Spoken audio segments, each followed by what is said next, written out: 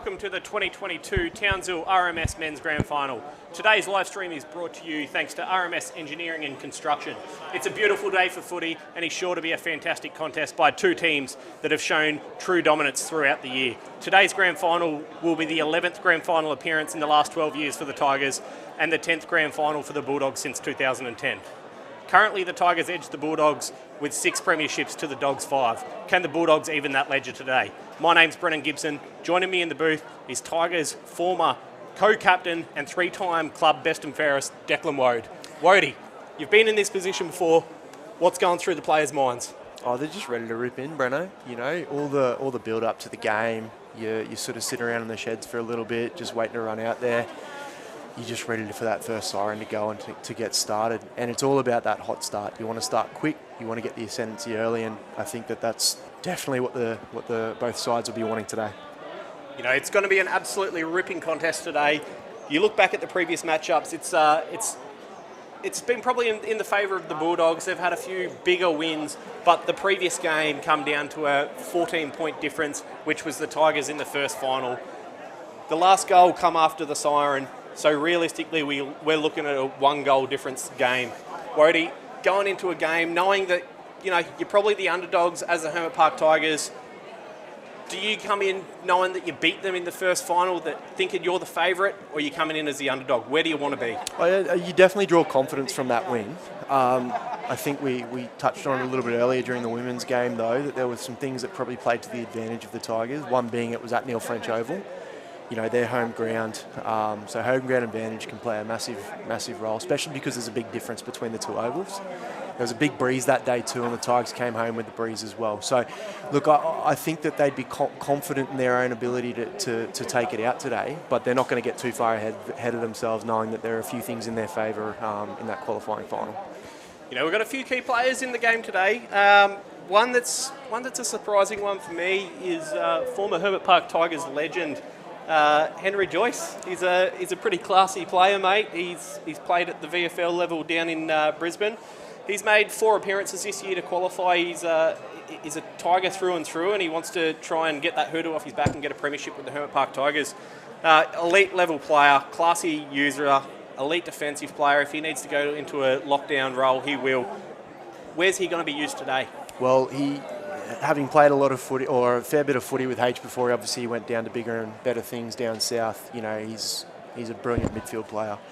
He's the sort of person you want the ball in his hands, particularly carrying it to deliver inside 50. So I think they're going to be trying to release him. They've got, Nick Pronk in the middle who can win that hard ball, and then look at getting the release to Henry so that he can use it, because he's a class edge, and they want to use him in that way.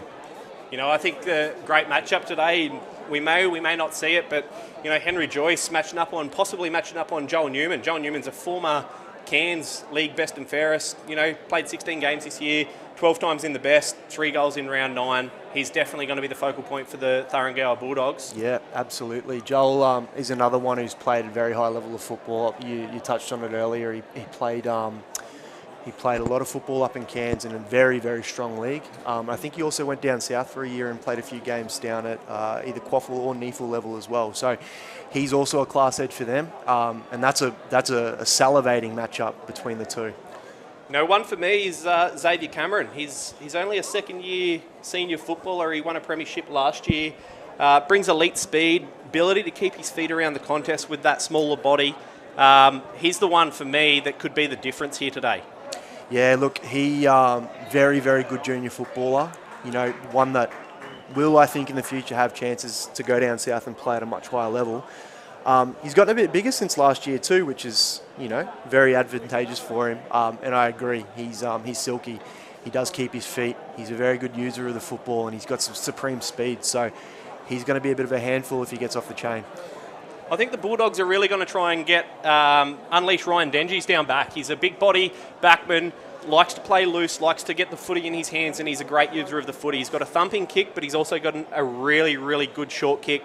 Uses the ball coming off half back well, and they look to move the ball, play that wide style of footy, come back into the corridor and score from there. I think him setting it up from down back with the attack that the Tigers have, it's a matchup that the Tigers really need to get right. They need to make sure that they can't let Denji's go and be that loose backman that he wants to be, and that he has to be accountable and match up on his man. Yeah, look, I only got a first look at Denji's in that qualifying final, and he caught the eye because he just looks so composed. You're right, he's the general down back for them. He's played a very high level of football, I believe, as well. Really, really nice left foot kick. And he is definitely someone you can't let play loose. Somebody's going to have to go to him to make him accountable, so that he's in two minds if he is trying to either run off or create off through that back line. So I think that the Tigers are fully aware of that, and they've probably got some ideas on ways to make him a bit more accountable and not play loose. Now, the Tigers lose Trinity Parker. He's been out for a couple of weeks. He did his ACL, unfortunately, probably 3-4 weeks ago. He had a great year. Many thought he was probably going to be one of the favourites for the best and fairest for the Tigers. But then you look at the Tigers that they're bringing in a few players that have been unavailable throughout the year. Obviously, Henry Joyce being one. He's only played the 4 games, but they've found someone in Robert Reeves, a big body centre half forward that will come in. He's been very smart up forward for the Hermit Park Tigers. He plays like a former player from Hermit Park, Bergs, Dan McGrath. He's really smart, really high IQ player with the footy. What's your thoughts there?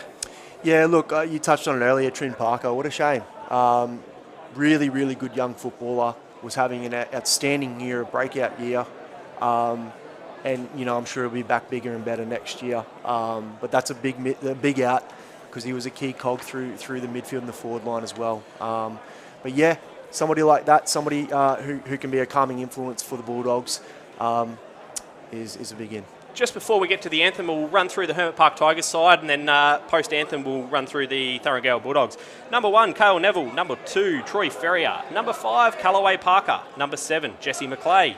Number 8, the captain, going for his 6th premiership, Jason DeBetta. Number 10, the X Factor, Xavier Cameron. Number 12, Charlie Bird. 13, Nick Armstrong. 15, Adam Fedor. Number 16, great user of the footy, Lockie Clark. Number 18, Tommy Lyon, the Cannonball. Number 21, Mackay Turner. 22, Shan Gale. 23, Daniel Morgan. 24, Christopher Hodges. Number 26, Benji Lynch. Number 30, the co-captain, Nick Bronk. Number 36, Josh Andrews. Number 37, Rory Tarleton. Number 43, Henry Joyce. Number 44, Robert Reeves. And number 48, William Hall. Coach, Darren Paddy Andrews. AFL Queensland is deeply saddened by the passing of Her Majesty Queen Elizabeth II. Her grit, humility and devotion to the Commonwealth will be remembered by all long after her reign. May she rest in peace. We ask that you be upstanding and join the players and officials in 1 minute silence.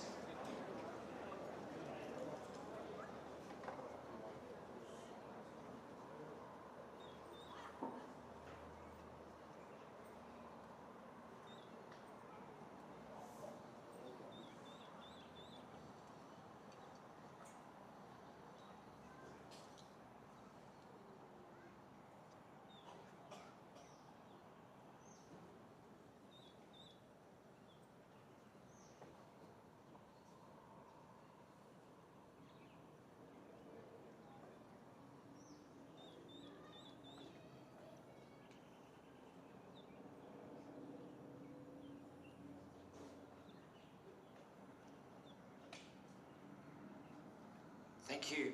We would like to acknowledge the traditional owners of the land upon which we play our great game today and pay our respects to elders past, present and emerging. Can you please remain upstanding and join our players, coaches and match officials for the playing of the Australian National Anthem.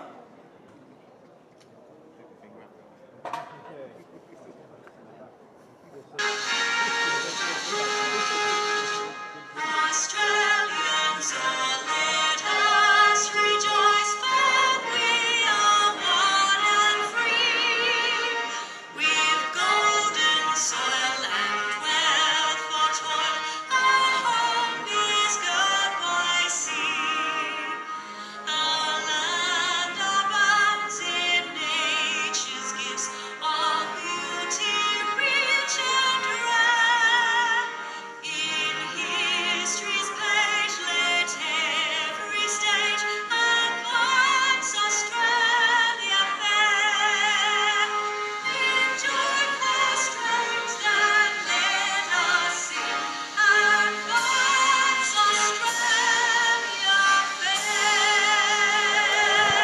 Here we go, Breno. So, the Bulldogs starting side, or their squad. Number 1, Jack Livingston. Number 2, Ricky Sullivan. Number 3, Adam Bice. Number 4, Jack Wynn. Number 5, and captain, Charlie Goodian. Number 8, Daniel Murtha. Number 10, Max Newman. Number 11, and vice-captain, Joel Newman. Number 12, Matthew Steiner. Number 14, Matthew Trendy. Number 15, Rim Chris. Number 17, Corey Jeeves. Number 21, Ricky Liness. Number 22, Brock Wilson. Number 27, Lockie O'Dwyer. Number 28, Dylan Scott. Number 35, Liam LeBlash. Number 40, Cody Evans. Number 47, Damon Zabo. Number 48, Hayden Singe. Number 57, Christian Payne. And number 59, Ryan Genges. Thank you, Declan. We're just getting into the final stages. We're a few minutes away from the first bounce. What a game this is going to be. I think there's a few key matchups in this one. Jason DeBetta, AFL Townsville's all-time leading goal kicker. Who gets him? Yeah, that's a great question, Breno. I think there's a couple of different options that they have, but Dan Murtha might be the one that goes to him. I think he's a player you can't let him get off the chain. He'll like to try and find his own space, and he can kick goals quickly, so they need to figure that one out. I think the Bulldogs have Ricky Liness up forward. He's one of their real presenting options. I think the Tigers have a matchup in Mackay Turner. Yeah, Mackay Turner, he's the most obvious matchup there. They're both sort of similar body types, and I think that Mackay is going to have his hands full trying to shut Ricky Liness down because he's a quality player. So, agree. I think that's the obvious choice. You know, in the first final that we've seen these two teams match up, Declan, we've seen Nick Pronk. He went to a tagging role on Joel Newman. He played a bit of a tagging role, but he was looking at every time Joel got his hands on the footy, he wanted to wrap him up. He wanted to create that 50-50, get a clearance from there. Thoughts on that matchup? Absolutely. Look, you need to make sure that Newman can't find space. If he finds space and has time to run with the ball and carry it, he's in absolute danger. So Pronk's going to need to play tight on him. He's gone to him, you can see there. And Pronky's going to have to work very, very hard today to try and keep Joel Newman at bay. And we're just about ready to get underway. We'll just go through the umpires. Greg Malone, Nathan Slater, Jason McClendon, and emergency umpire Darren Abercrombie. Here we are.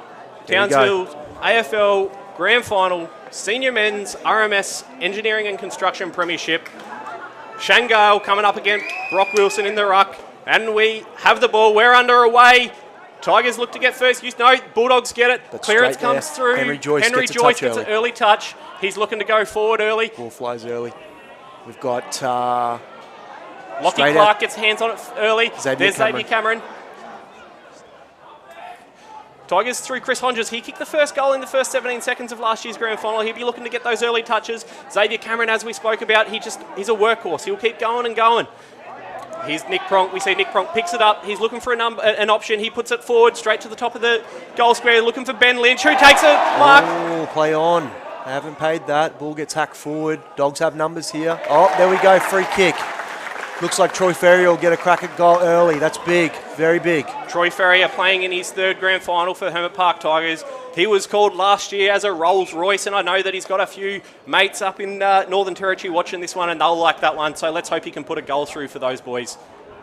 Yeah, he's like a fine wine, Breno. He gets better with age, and he doesn't look like stopping. Comes in. Just pushes it to the right a bit. That's okay. So the Tigers are going to have to really look at locking this football down. I think really the big thing here is you let them play this near side off kickouts. You don't want them to get to that top side, and that's exactly what the Tigers have done here. This is where the Bulldogs have been so good. It's just from a kick out, getting hands on footy and then moving the footy. They like to play it out wide. That's where they've gone. They've gone wide. Ricky Liness, I should say, he's got his hands on the footy. It's a paid. Free kick. Mackay Turner, the Chief, playing in his first ever grand final. He spots up Chris Hodges. He's going to push back off the mark. He's looking for an option. They'd be looking for Ben Lynch, you would think. Kicked 10 in last year's grand final. He's got to be an early option this year. Over the back here. That's just too high for Ben Lynch. You've got to get it to him earlier. But Xavier Cameron, as we spoke about, cleans up. Brilliant tackle there. Goal-saving tackle. Ball comes spilling out this way. Trendy puts his head over it. Doesn't quite get it. Ferrier gets the ball out. Hodges gets a handball across. Big tackle on Josh Andrews, but he might find someone there, and he has. Henry Joyce is going to line up for a shot about 30 out. That's massive. We spoke about Henry Joyce early in the game, early in the call, Declan. He's already had 3 touches so far. He's certainly going to be looking to have a big game today, and I think that's where the Bulldogs coaching staff in Darren Skip Lang and Brett Hughes will be keeping an eye on that matchup to make sure that he can't get off on a leash. I think they'll look to try and change something early because Joyce has started very well and he's put that straight through. First goal to the Tigers. Very, very hot start. Ball hasn't come down the other end at this stage. No worrying signs for the Bulldogs yet. The type of style of play that they've played this year is just grinding games out. You know, they only average 13 points scored against them in second halves. So they're not worried. They know that they can grind this one out. You can see though that was a lot of that was set up from that kick-out structure, defensive structure from the Tigers. They want to give the Dogs this grandstand side. They know that the ball's probably going to come to ground and they'll get a quick re-entry. And that's exactly what happened. They get a shot on goal and they convert. You see, Jack Wynn has gone to Henry Joyce, 2 dominant ball winners for both sides. I'm not sure how this matchup's going to go because I know that the Bulldogs like to get their ball in the hands of Jack Wynn. Good user of the footy and he's a real clearance guy. LeBlash there gets a clearance. Throws it on the boot inside 50. Nick Armstrong tussling there. It looks like it's going to come the Tigers' way here, although not clean. Ball's going to go over for a boundary throw-in. Charlie Goodian fighting for the footy there, captain of the Tharangao Bulldogs, looking to have a big game here. Yeah, he needs to make himself known early. As the ball comes in, Shangal gets hands on the footy first, but it's a 50-50 Jack Wynn again. As I said, he's a clearance player. He's not going to let the Tigers get early clearances and easy clearances out of a contest. He's going to make it a 50-50 all day. And it looks like he has gone to Joyce and he's wearing him like a glove now, so quick early change. Looking back to the first final, Declan, Brock Wilson really did a great job in the first half. He won 7 out of the first 9 hit-outs against Shangal. Shangal is a dominant ruckman, probably one of the best ruckmen we've seen here in Townsville. He's really good around the ground, but Brock Wilson really taking it to him in the hit-outs here. Yeah, look, Brock's a big boy. He's going to run and jump into the ball and make himself known. Matt Steiner's got the football now, former Herman Tigers player there. Spots up, free kick for in the back. And they'll go back there. Corey Jeeves will have a look at sending it inside 50. Corey Jeeves kicked 41 goals this year. He's been a really good option for him up forward, so big in for the Tharangao Bulldogs. He hits it straight to about 30 metres out. Couple fly, Callaway Parker flies, doesn't go down. Ball gets tapped back. Nick Armstrong's just going to let that one go through for a point. Tigers will reset.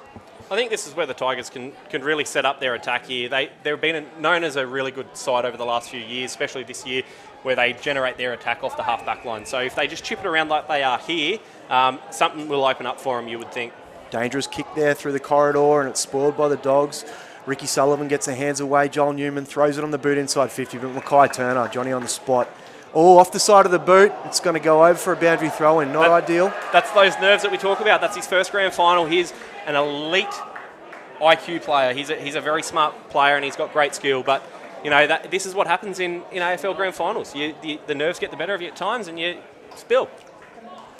So looking at polar opposites here for the second 5 minutes of this term, because the ball's now spent a fair bit of time down in the attacking 50 of the Bulldogs. Callaway Parker tries to throw it on the boot, smother. Ball's lobbing around there. We get a handball from Mackay Turner. Gives it to Nick Armstrong. Handballs it over to Cal Neville. Cal Neville will break. Throw. Dangerous kick inside 50. Usually a great user of the footy is Cal Neville, but Matt Steiner picks it up. He gets the hands out. Henry Joyce has got his hands on the footy again.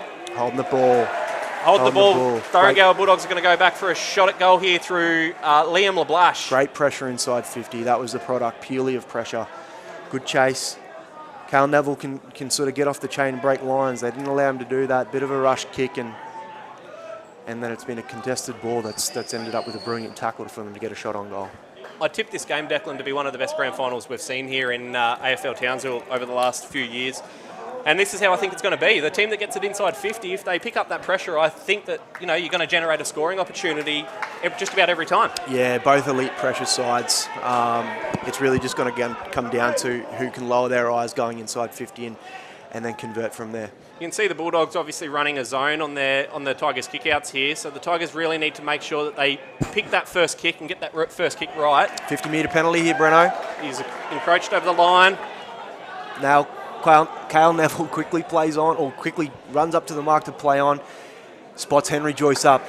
Geez, he's had a hot start, Henry Joyce. Certainly has, one of the favourites. If the Tigers have managed to get the job done today, one of the favourites. Him and Joel Newman for the best on-ground medal, and he's already had 5 or 6 touches early. Yeah, he started hot.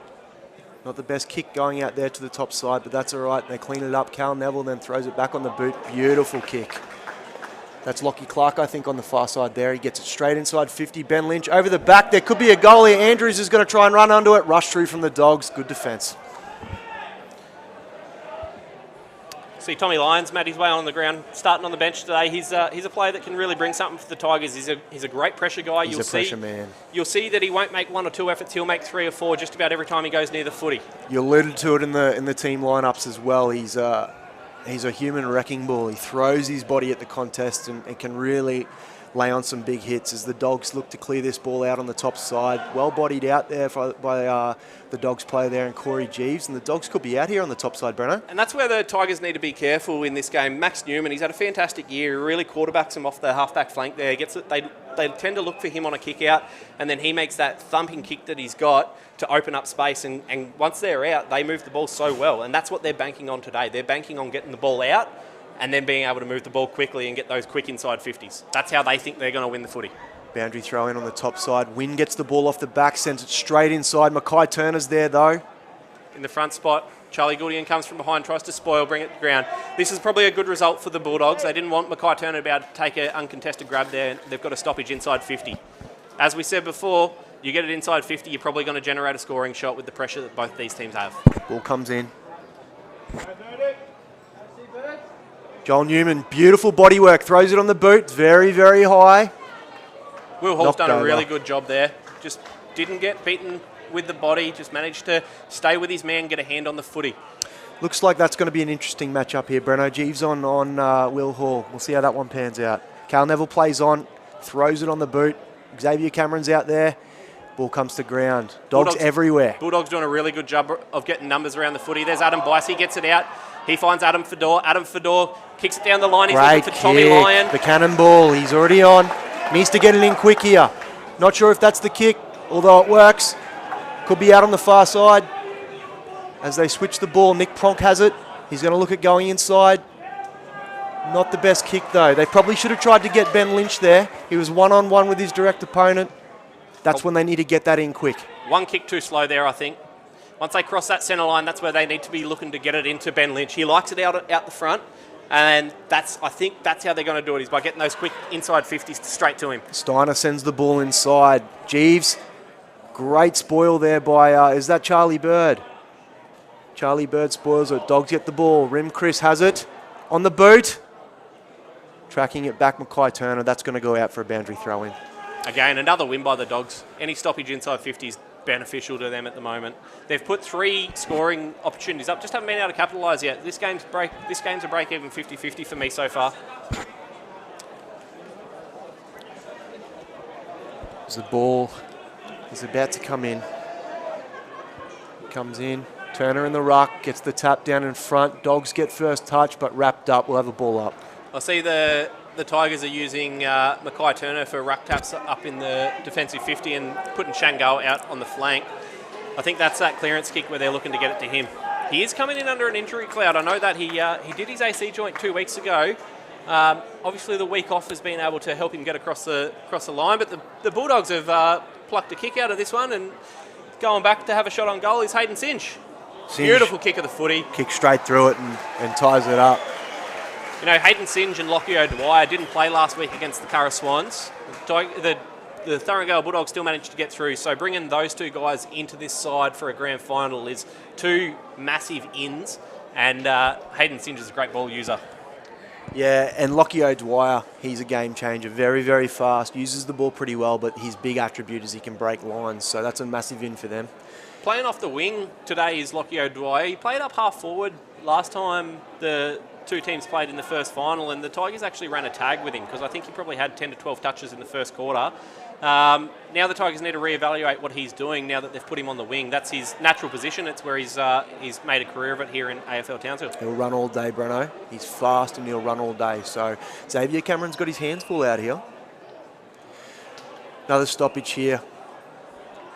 Ball's going to go up. Tigers brought Robert Reeves into the ruck giving Shangal a breather at the moment. So we'll see how he goes in the ruck. He's a true forward. But Free we'll see how he kick goes to the up. Tigers.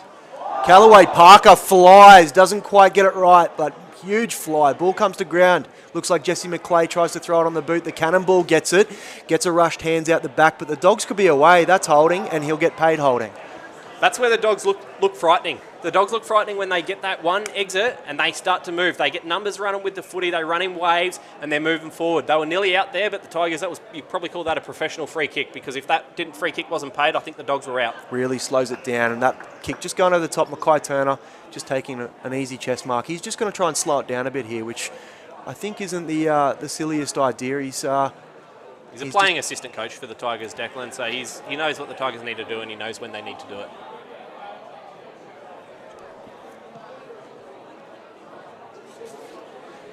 Daniel Morgan with the kick there, puts it down the line.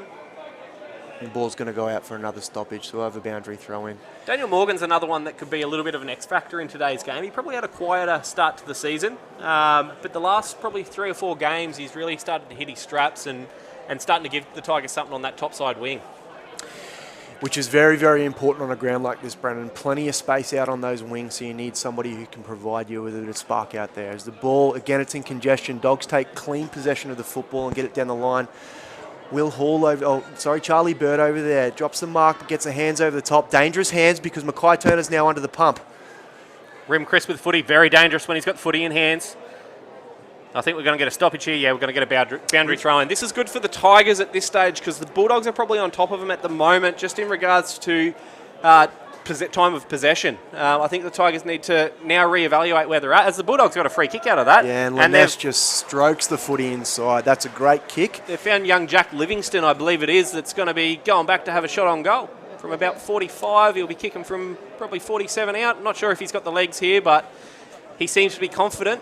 If there's one thing you can't do, Breno, Ricky Lanesh will all day be hovering around his man on the mark and looking for a quick handball for a release, and you can't give him space to do that because he's a brilliant user of the football. Big kick. And he's a very smart user of the football. He's a very smart player, and Jack Livingston has kicked the goal there. Goal umpire, we weren't sure if it was touched, but just called it a goal. Yeah, look, that's something that the Tigers really need to be mindful of. You can't let Lanesh lower his eyes inside 50 because 9 times out of 10 he'll spot someone up, and they've kicked a goal out of it. You know, in that first final, Declan, when the Tigers and Bulldogs matched up, I think the Bulldogs definitely got the better of the Tigers out of the clearances, and the Tigers probably starting to level those up here today, but they're not levelling up around the ground so far. It's only early stages in the game, I know, but I think the Tigers need to see how the Bulldogs want to use the footy and start to man up a little bit. Yeah, and as you alluded to before, Breno, the danger with that is the Bulldogs are so quick to turn and counter-attack when they win the ball in tight, and they can burn you. So you've got to be sure to have your man and don't give him too much space. As the ball enters back into the forward 50, that is a great tackle, gets his hands. Intercept from Callaway Parker, and he's off. He'll have a bounce. He's going to try and take him on. Oh, that is a high tackle, and that'll be paid a high tackle. Matthew Steiner there. Callaway Parker stayed down on the ground there. That was a very high tackle, but you could clearly see in the face of Matthew Steiner that was a complete accident. Yeah, but no intent. At the end of the day, it's a free kick, and this is where the Tigers probably get to slow it down now and start using the footy on their terms. Absolutely, and Callaway Parker straight away tries to spot up McClay, but Hodges picks it up on the bounce. He sends it inside 50. DeBetta's out. Could he take it? He does. He takes a grab, and he's going to play on. He lines up. He hits the post. He's hit the post. That's where the Bulldogs really need to keep an eye on Jason DeBetta. He's had quite a year around goals, but he's been used as a midfielder a lot more. But he is, from my understanding, he is the all-time leading goal kicker with over 500 goals in his Townsville AFL career, which is, I think he's sitting on about 197 games. Yeah, look, you can't give him time and space with the ball inside 50. Shangal just cuts that one back off. It's going to come straight back inside. Another perfect example of what happens when you give someone this near side. It's not easy to get the ball out of defence. As the Tigers win it in tight, they're going to get hands away on the boot from DeBetta. He might have spotted someone up here, and Joshy Andrews, geez, no communication there from the Tigers. They've run into each other, but Cal Neville gets it. He's going to throw it on the boot. Not a bad outcome there. They'll get a stoppage inside 50. This is where the Tigers just need to push up a little bit, lock it in here. The Bulldogs probably had 4 or 5 repeat efforts inside 50 from stoppages in the last 5 minutes. So I think it's the Tigers' chance now to try and even that ledger. As the ball comes back in, taken out of the ruck by Ben Lynch, he throws it on the boot. Hot football inside 50 here. Ball spills out, the Dogs get some hands out here. Oh, trendy, handballs it to himself. That's a bit trendy. And they get a kick out onto the far wing. Great hit. That goes straight to Jack Livingston. And they're just going to slow it down a bit now. They're just going to play kick footy. There's a 50-metre penalty from Xavier Cameron. You can't do that. That's an easy way to transition the football out. He plays on immediately. He's got someone up forward. Not ready. Charlie Goodien takes the mark, and Nick Armstrong just wasn't ready for that one there. And you've got to be aware that with the new rules, you can play on at any stage during a 50-metre penalty. And good on Charlie Goodien there. He got himself into a position to force Jack Livingston to have to play on. Tough kick here. Very acute angle. It's going to have to give it a very, very good strike. Comes in. Strikes it well. Just doesn't quite get it on line or with the distance. So it'll go through for a point, and the Tigers will kick it out with Cal Neville. 18 minutes played in the first quarter. Tigers 1 goal 3-9 trail the Bulldogs 2 goals 4-16. Bulldogs have probably had the last, you'd say, 8 minutes of footy where they've just been on top and managed to put a bit more pressure on the Tigers, especially scoreboard pressure. But I don't think there's any worrying signs for either side as yet. Yeah, the Tigers there, that's just a unforced error there, kicking out on the full there. So it gives the Dogs a free hit coming back inside 50. I think they just need to calm down a little bit and try and chip it around. At the moment, they're just not able to take clean possession in chains, and the Dogs are just getting easy entries because of it. And you can see that's what the Dogs are doing, although the kick misses the mark, and Xavier Cameron could have been away there. He just overruns it a touch. He still might get a chance here, but no, it's a free kick, Dogs. I think Zabo's got the football now. Zabo, he puts the ball forward, deep forward, but has he got an option? Yes, or he doesn't. He does. It's dropped. Will Hall scoops it up, kicks it out onto the wing, and it looks like the Tigers might have a bit of space here with Henry Joyce, who gets the footy, but no one to kick to. Tigers are really starting to push numbers up the ground, which is when they gain the footy in attack, they just don't have the numbers to kick forward to. As Chris Rim comes to the bench. Bulldogs are really showing discipline in their structure here. Ricky Liness has just come on and he's got a paddock. Numbers everywhere here. He gets it here. He's got a few options here. Look, just the patience that the Bulldogs are showing here with the footy. It's what they want. They want to chip it around and they want to make the Tigers have to defend. You know, the old saying goes, if you want to play that style of footy, you've got to get the footy in hand. And that's what they're doing. They're getting the footy in hand, and now they're just playing the game on their terms, forcing the Tigers to have to defend side to side. Yeah, this is good ball movement from the Dogs. Rory Tarlington, though, closes it down. He's had a brilliant year, Rory. Won the Tigers best and fairest a couple of weeks ago. He was in the running to make the North Queensland rep side, I believe, as well. So, you know, very, very good backman. And I'd say one of the best in Townsville, if not North Queensland. Stoppage in play here. Ball comes in. Bulldogs take it out of the ruck. Matthew Steiner takes it. He's tackled straight away. Adam Fedor picks up the ball. He's looking for an option. He gets it straight on the boot. He goes down the corridor. He's looking for Jesse McClay in a mismatch. Jesse McClay gets hands on footy in front spot. Robert Reeves picks it up. He finds Henry Joyce. Henry Joyce, he gets it out. He gets it back. Henry Joyce now has a look. He's got an option up forward in Benji Lynch. Can he get it to him? Crum could be on here. Somebody find the front. Dogs scoop it up. And what have we got here? It looks like we might have a free kick here. Going against Jason DeBetta there. I think he just showed a little bit of frustration. Oh, could it be reversed there? We had a little bit of aggression shown from the Dogs. Bit of retribution. The Dogs player is still down on the ground. He took quite a hefty hit. Jason DeBetta, captain of the Hermit Park Tigers. He just wants to get the game underway here, but it looks like it might be Trendy, is it? Yeah, Matthew Trendy's down. Certainly in a world of hurt here, but he's back on his feet and he's moving all right. Looks like he's going to come back to the bench, but he looks like he'll be able to come back out today. Yeah, no, Dwyer will probably come on for him by the looks. Although no, Trendy's back in play. Dogs have the ball out on the far side. Handball over the top to Denji. He just fumbles it a touch. Tigers get the pill, but no one to handball to. Joel Newman picks it up. He finds Ricky Sullivan. Great user of the footy. Wasn't his best kick, but he's found someone. He's found Christian Payne. Christian Payne puts it on the boot, goes forward again. Just that quick ball use by the Bulldogs gives them every opportunity. Ricky Liness picks it up. Ever so reliable, Ricky Liness, so smart with the footy, gets it away. Cale Neville picks it up. He's been good so far. Adam Fedor puts it on the boot. He's looking to get it forward early. Yes. He's got an option in Robert Reeves. Robert Reeves takes a mark on the 50.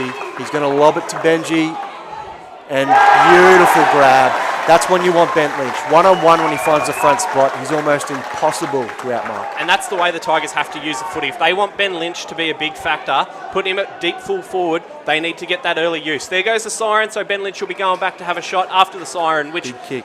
You would think the way the game's gone so far, this is a big opportunity for the Tigers to really just go into the break with a little bit more confidence, because they certainly had the Bulldogs get the better of them in the second half of that first quarter. Yeah, it'll definitely get their tail ups, Breno, especially running with the wind next quarter.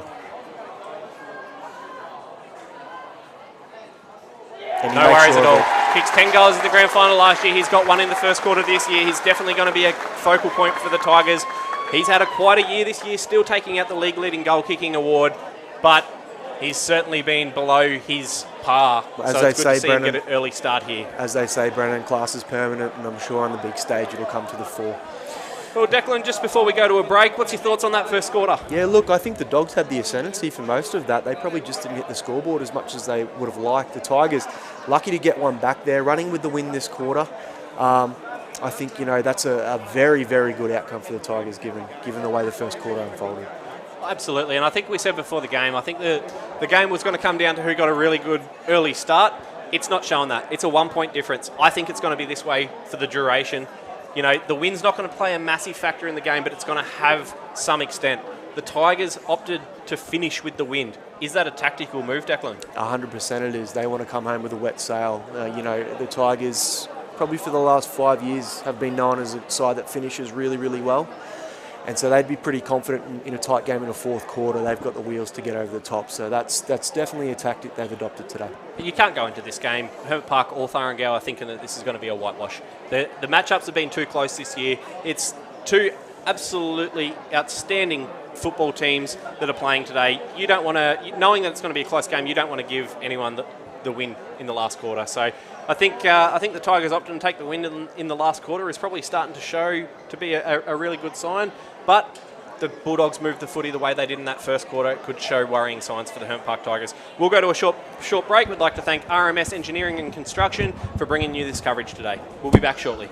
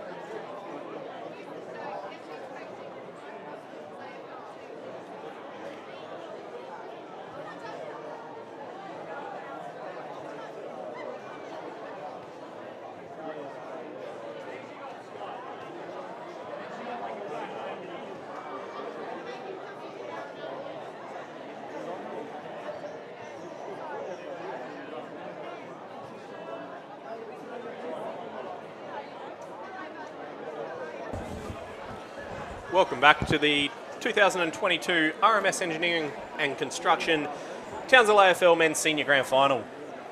Joining me in the box today, Declan Woad. Obviously wrapping up that first quarter, Declan.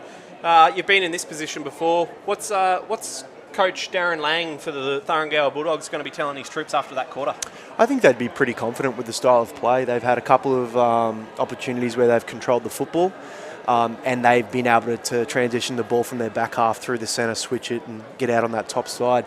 I think what they might try to employ is trying to stay away from this near side off kickouts. We've seen them go there twice, and twice the ball's come straight back in. So I'd say the big message from kickouts when the ball's coming in, they need to attack that top side, try and transition it out. Yeah, I think Coach Paddy Andrews from the Herbert Park Tigers would be obviously just trying to settle his troops, tell them, it's only a one point difference. That quarter probably says the Bulldogs were 1 or 2 goals better, but the Tigers managed to keep it back at a 1 point game. So I think he's just going to be telling his troops to settle and get the game on their terms like the Bulldogs did in the second half of that first quarter and start moving the footy a similar way to what the Bulldogs are. Absolutely. We pretty much hit the reset button here. Basically 0-all again. So it's anyone's game still. I think the Tigers will really want to start similar to the way they did in the first quarter and try and win this first clearance and get a quick inside 50. I think a couple of key players in the game. I think Joel Newman's obviously got off to a reasonably good start. He's had a few touches. Henry Joyce probably had 8 touches that quarter. So that's something that the Thurngale Bulldogs certainly will be keeping an eye on. But one big thing out of the first quarter that I noticed was probably a little bit of a quieter quarter by Callaway Parker, who's been a dominant ball winner for the Home Park Tigers. Yeah, he had a couple of flies at some big grabs. I think they're paying pretty close attention to him, rightly so. He's probably the premier player in the league. He's on the ball now. He looked like he was floating across half back for a bit there, so that he's on the ball now and expect him to really come into the game and be around that pill and try and break some lines. Interesting to see Henry Joyce and Jack Wynn, 2 great clearance players on their own at this one. Jack Wynn gets his hands on the footy first. He tries to get it out, but Tigers create a 50-50, which is a win for them. They get it out, clearance through Henry Joyce. He goes forward. He's looking for Josh Andrews, who flies at the footy. It comes to ground. Ball gets kicked to grass. Brock Wilson, he's the first one to it. He gets his hands to the footy. He gets it out. He finds Lockie O'Dwyer. O'Dwyer puts it down the line. He's looking for Matt Steiner, and we've got a free kick downfield. Steiner puts it on the boot straight away. He's looking for Corey Jeeves. Corey Jeeves gets his hands on the footy. Big tackle. Great tackle by Will Hall. Will Hall brings the ball to ground. It comes out with Daniel Morgan there. Kicks it over the top. Callaway Parker could be out here. Well read by Trendy there. He knew he had to get to the ball first. He's done that. He's going to wrap this up. That's a ball up. That's a win for the Bulldogs because there was a 2-on-1 and Callaway Parker, who has supreme agility and pace, was one of those players. Very smart by Matthew Trend there. He knew he wasn't going to win the one-on-one contest, so he just brought the ball to ground, got wrapped up and created another contest. Yep, great football. Another ball up here, so a bit of a tussle to start with. I think the Tigers have got to keep an eye on Jack Wynn, number 4 for the Thurngale Bulldogs here. He's starting to get a little bit more lively around the contest. Yeah, he's a clearance specialist, Breno. You can't let him get easy looks at the balls. Callaway Parker in a bit of a battle there with Blash. LeBlash wins that one and gets it straight on the boot, straight down to Matthew Steiner. The ball comes down there. Oh, there might have been a bit of head contact there. But we're going to wrap it up again. It looks like we're going to have another ball up. You know, I know that one of the keys that the Tigers coaching staff had going into today's game was to try and 50-50 the clearances. Well, we're getting a lot of 50-50s here. It's probably break even. Yeah, I'd agree, Breno. There's not much clean footy coming out of the middle. We're not seeing those silky clearances as the Tigers look to take the advantage, but a free kick's been paid there to the Bulldogs, and it looks like that's going to be going to Wynn. Wynn will take that one on the top side. So Jack Wynn with the footy, he's just looking for something to present to him. He'd be looking for someone like Corey Jeeves or Ricky Bobby, but no, he goes inside. He finds Lockie O'Dwyer. Yeah, O'Dwyer. O'Dwyer, very, very good user of the footy. He goes forward, finds Corey Jeeves, but no, Will Hall doing a really good job here as an inexperienced senior footballer. Yeah, great tackle there by LeBlash. Wraps him up, ball comes to ground. The Dogs have numbers. High tackle there, though, by the looks. Looks like Jesse McClay might have won a free kick, and he has. Another good season here from Jesse McClay. You just know what you're going to get with him. He's a very consistent footballer. Gives a bit of punch for the Tigers off the bench. He comes in that second 5 minutes. Really high pressure player. Plays with a lot of agility and just keeps that pressure up for the Tigers at all times. Josh Andrews looks to be getting to the ball first here, although well closed down by the Dogs there. And we'll have that one out for a boundary throw in. Yeah, absolutely. He's sort of a super sub, so to speak. Comes on very quick, keeps his feet, and he can make a big difference because of that.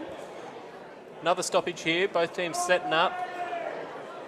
Callaway Parker in there on his own. Jack Wynn on his own also. Two very dangerous players. Brock Wilson just takes it out of the out of the stoppage himself, puts it on the boot, but he finds Rory Tarlington from the Home Park Tigers. That's what Rory Tarlington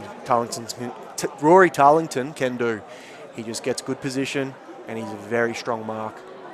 Ball goes through, over the top, but cleaned up by the Dogs. Daniel Murtha got that one. It was played off his man there and got his hands on the footy. Nick Pronk puts footy on his boot, tries to send it forward, just goes to the top of the big fly, and Jesse McClay will take an absolute grab. Gets it going quick. That's brilliant football. Great awareness by Jesse McClay. Takes a really good grab, looks straight away, pushes back, finds Jason DeBetta. Jason DeBetta, ever so reliable from in front of goal here. Jesse McClay, we just spoke about him making an influence, and you know he's not a very tall footballer, but geez, he's got some hops. Didn't he get up, Breno? Absolutely. A lot of players you see when they take a mark like that in these local comps, that they tend to get a little bit too excited, and then that next kick is, you know, often not the greatest of kick, but he held his composure really well. He looked for an option. He found Jason DeBetta presenting up forward. And DeBetta makes sure of it. We spoke about him earlier also. You give him chances around goal. He doesn't often miss, and he converts really well there. DeBetta's really dangerous for the Tigers. He's got the ability to come in if the matchup requires it. He's got the ability to come in and just play 75 to 80% of the day in the midfield, or he can come in and he can kick a bag up forward. Yeah, and I think with the cattle that the Tigers have through the middle at the moment, you know, he might pinch hit every now and then, but he's going to be really dangerous up forward, and the Dogs are going to want to find the right matchup for him because he could easily kick a bag. So we look to get underway once again. 4 minutes played in the second quarter. Thurngale Bulldogs, 2 goals, 4-16 to the Home Park Tigers, 3 goals, 3-21. Ball comes to ground. Henry Joyce picks it up. He gets it out to Lockie Clark, who gets the clearance. He looks for Josh Andrews. Ball goes to ground. He gets it in hands. Very composed there. He finds Henry Joyce. No, ball goes to ground. Liam LeBlash. He's always fighting for the footy at ground level. Liam LeBlash has been good so far, but geez, Henry Joyce, he's got his own football today. I think that's at least 3 clearances now. And it's a big win for the Tigers because from looking at it, they're not winning too many of their hitouts, but they're doing a really good job at either halving it or roving the taps from the Dogs. So the Bulldogs might want to have a bit of a look at that. We're underway again. We've got Robert Reeves in the ruck again. He taps it down. He finds Lockie Clark, gets the hands on a footy. Oh, misses the target there. Over the back, Cal Neville cleans it up. He's just going to chuck it on the boot, and they're going to settle it down. They could be out here. Tarlington's on his own on this far wing. Might have been a little bit slow. Mackay Turner's running on. Chip over the top to Mackay Turner. Could be the play, but Tarlington goes long. Andrews on his own. Strong grab. Needs to get it into Lynch now. He's got Lynch leading at the footy. Lynch. Just not the right kick. Brock Wilson comes across and gets a fist to the footy. Here's Chris Hodges. Puts the pressure on. That's good pressure by them. By the Tigers. Just lock it back inside 50. Get another opportunity. Now allowed to set up. Yeah, Chris Hodges is another one. He's played a lot of football. He's played at a high level for the Army. Played in the Australian side for the Army. Very, very good kick of the football. High pressure footballer. He's another one who could kick a couple and really influence this game. Here's Denji's. Big tackle. That could be dangerous. Hodges just talking about him, and he just gets Denji's holding the ball. That's the experience that Chris Hodges brings. He just reads the play so well, and on that occasion he needed to tackle, and he didn't back down. Tigers will be looking for him to go back and convert here and really sort of open the game up a bit. This will be close to the biggest margin of the game so far. You're normally a good kick, Hodges. Hodges comes in. He's got a little bit of a wind left to right to contend with. Oh, comes off the instep a touch, and that'll go through for a point. Might have put the mocker on him there, Breno. Tigers just look to lock it back in here. Bulldogs just need to get it out and get that use that they had in the first quarter. If they get that, I think they'll start to put a little bit more pressure on the Tigers. They just haven't been able to get that use this quarter yet. Only 6 minutes played though, lots of time. Sullivan takes the ball out, big kick out the top. Great mark there from Daniel Murtha. Really good hands, and he spots up Steiner in the middle. That's good football. Steiner plays on, kicks it over to the middle, and it looks like that might be... Cody Evans. Cody Evans, another player that's come in later in the piece to play for the Bulldogs in this grand final. He had a few games in the reserves and had a really good first final, really good second final, and has locked down a spot. Callaway Parker picks the ball up on the run, looks up, plenty of time and space, and sends a tracer bullet to Josh Andrews. Good football from the Tigers. Stop the switch, stop the spread, and they get that ball back inside 50. Breno, so far this looks like the end that the football's going to be played at. Looks like this river end might be where a lot of the action is today. Yeah, well, you will see in the coverage, Declan, you'll see the flags at the river end, and you can see that it is picking up. The wind is starting to play a factor. It obviously played a factor in the first quarter, and now it's playing a factor here in the second. And Josh Andrews goes and kicks the goal. Tigers put on another goal, which has put them into a really good position here in the second quarter. Massive there. Josh Andrews, Tigers junior, was a very, very good junior footballer and transitioned that form into seniors. Played in a massive role in a grand final a couple of years ago where he took 2 really big late grabs and converted some goals to win the game for the Tigers. And he's come back from a knee injury this year, and he looks to have put on a bit of size actually, Brennan. I think he was in the best 8-9 times out of 11 or 12 games. So he's had a really good first year back from an ACL injury, that's for sure. Absolutely, and he converts that one. Now the Tigers go up by 12 points, 2 goals. Jason DeBetta comes into the midfield here for the Tigers. Interesting move. Tigers free kick there, called on Matthew Steiner, and Jeeves will have the kick. He just spots one up. Looks like Lockie Clark out on the wing. He's got time and space. He can play on. He does. Great user of the footy. He looks for Ben Lynch. Oh, great pick up there. And Troy Ferrier shows some candy and hits the post. Wouldn't that have been a cracker, Brennan? That would have been an absolute ripper of a goal. Troy Ferrier, 3rd grand final for the club. He's, I think he's 39 years old, might be 40. 40 if you don't mind. Correct me if I'm wrong, but still in the Tigers' best 22, and he's shown already today with a couple of touches that he's a dangerous weapon up forward. Yeah, he's all class. He's played a lot of football around Australia, but played quite a good level of football down in Victoria, Troy, and he's Jack Wynn again. Then. Jack Wynn's just starting to get a lot more of the footy. He hands it off to Dengies. Dengies with a really good boot. He puts it forward. Christian Payne flies at the footy, but he can't get his hands on it. They're in contest of it. We're going to get a stoppage. Another boundary throw in.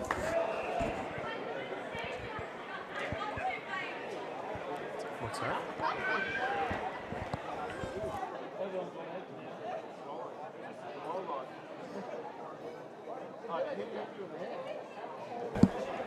We asked him, he's going to come up at some stage.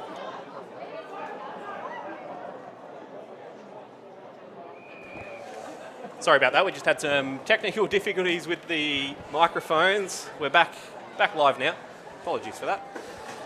Looks like we've got a boundary throw in. Another one on that near side. Both teams clearly want to play on that top side. With that wind coming from that side back across the ground, it's the way to play the footy today. Big punch forward there. Ball comes to ground in front. Win again. He's had a fair bit of footy this quarter, Brennan, and he sends it down the line to a 2-on-1. Over the back, Tigers might clean this up, although poor handball and Steiner picks it up, and they're away here in Chris.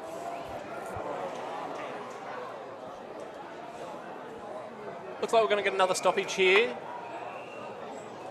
A lot of footy over on this topside wing, Declan. You've obviously played a lot of footy on this ground, a lot of grand finals. That's obviously where they want to be playing. Yeah, it's the best side to be playing football, and it's a lot easier to transition the ball. It's also a lot easier to kick goals. So expect that to be the theme of the afternoon. As the ball comes in, bit of a neutral taps, picked up by 48. Hayden Singe picks that up. Dogs get a couple of hands away, just a bit untidy, and we're not getting too much clean football here. Here's Jack Wynn again. He gets his hands on the footy. Can't use it. That's a great tackle. Lockie Clark there. Tigers move the ball forward. Josh Andrew, he's coming lively this quarter. He's presented really, really well up around that forward 50 arc, leaving Ben Lynch deep forward. But we get another stoppage over on the... No, it looks 50. like a free kick there to Troy Ferrier. Put his head over it and got the rewards. Handball to Josh Andrew, sends it inside. He goes straight away. That's how they want to get it to Lynch. He just hasn't been able to get his hands on the footy as well. Big crumb there. Lockie Clark crumbs the footy and puts it through. That's a really big goal for the Herman Park Tigers. This puts a little bit of a barrier in the difference that probably starts to worry the Dogs a little bit, just because you want the confidence going into half-time. You don't want to lose the hard work that you put up in the first quarter. Yeah, and Lockie Clark in the last 5 minutes, he's had a couple of crucial touches that have led to scoring shots. So Lockie Clark's a brilliant user of the footy. They're going to try and get it through his hands where they can. He just uses the ball so well, and as you see there, he managed to get on the end of the goal. Yeah, a little snap around the corner. That'll get him up and about, that's for sure. Interesting here, you see Robert Reeves is normally a forward and Matthew Steiner in the ruck, just trying to play that little bit of an extra midfielder, I think the Bulldogs are. The Cannonballs going after the ball, but Reeves picks it up, throws it on the boot. DeBetta one-on-one with Merthyr. Over the back for a boundary throw, and I'd say that's a win for the Tigers there. Get it out and lock it in. This win really starting to pick up. You can see that it's playing an effect in this game, as discussed earlier.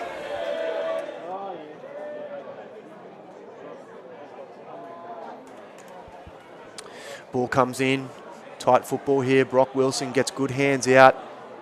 Kick from Lockie O'Dwyer, hits the deck, and Callaway Parker attacks it. Oh, big contact. He's going to get a free kick from that. Oh, it's been reversed by the looks. It's been reversed, and that's probably one of the knocks on Callaway's game. He's an absolutely elite footballer in this competition. He went and played a little bit down south earlier in the year, but the one knock on his game is sometimes his discipline. Yeah, he gets a bit of white line fever, Callaway, and you know it's good to get white line fever, but if it's not controlled, as Lanesh shows a bit of candy and absolutely spots up Jeeves there in the forward half. So yeah, Callaway Parker, he just needs to control that a bit because it is a bit of a knock. Corey Jeeves going back to have a look at a goal here. He kicked 41 for the season. I believe he missed a few games. I think he kicked 41 from about 11 games. Pretty reliable set shot. What's your thoughts, Declan? You had a few shots from this spot at your time? Yeah, no, I was not a very good set shot kicker, Breno, so and also I wouldn't have the leg from here, so I'd be spotting someone up as he comes in, looks to come off the side of the boot a touch, and it's going to be a ball lobbing down. Oh, Dogs at the front, they get a snap, and they've kicked a goal. Charlie Goodien kicks a goal. That's a captain's goal, that one. When the Bulldogs really needed a goal, Charlie Goodien has stepped up and put one through for him. That's a really, really good leveller for the Dogs. Yeah, look, they needed that, and you're right. That's a skipper's goal. That's a skipper standing up, and the Dogs are going to look to get a bit of momentum out of that for sure. Be interesting to see what the setup's like in this next centre clearance because you spoke earlier. Wynn's not in there, and he had been winning a fair bit of the football, so he looks like he's trying to get back on, but he won't for this centre clearance. Bulldogs have moved Christian Payne onto the wing, this near side wing, matching up on Xavier Cameron. I think that's where the Tigers probably really want to look to expose the Bulldogs with Xavier Cameron's elite pace. Yeah, they look to have swapped O'Dwyer out to the far wing. I think they want to use his pace out there, so I think that's a good move. O'Dwyer on that far wing could be a big problem for the Tigers. Callaway Parker gets the football, throws it on the boot, roost inside 50. This could go over the back, and it does, but well cleaned up there by Brock Wilson. Max Newman, sorry. This is where Xavier Cameron's so good. He just keeps his feet, but Christian Payne has done a fantastic job there. He played a really good second final last week, kept his spot in the side, and he's off to a good start here. That was really good composure by a young 17-year-old. Yeah, really good. Just bodied Xavier Cameron out there, picked the ball up, most importantly, used it really well. It's a great kick inside. This is the guy that you want to have the footy at this point. And they get a 50-metre penalty. Discipline starting to become a bit of a factor here, Brennan. That's a couple of 50s the Tigers are giving away and a few free kicks also. You just can't give 50s away in a grand final, Declan. It's just not good enough. And Paddy Andrews will probably have something to say about that, I'd say, at halftime. You know, you've got probably the best kick Thuringower having a free shot at goal here simply because of ill-disciplined 50-metre penalty. Yeah, that's right. And you don't want to give this man the ball like it in this position. And he shows exactly why by putting it straight over the goal umpire's hat.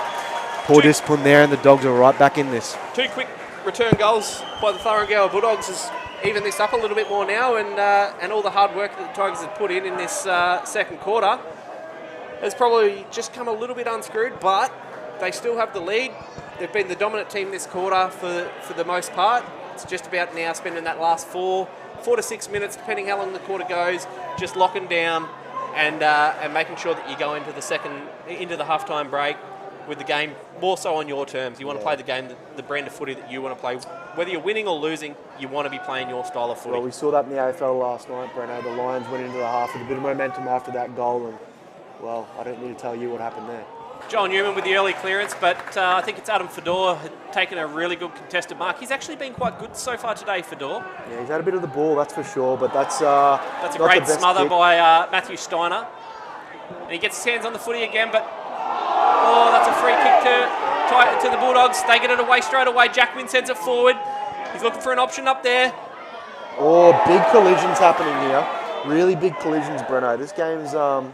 It's starting to heat up a little bit here. Yeah, a few players starting to get off the leash a little bit. Jack Wynn, one of them. Callaway Parker's starting to come into the game. Yeah. And I think that they're starting to get a little bit more physical around the contest just to try and stem what those players can do. Yeah, absolutely. And they're all influential players. So it could make for an exciting couple of quarters of football. Big snap.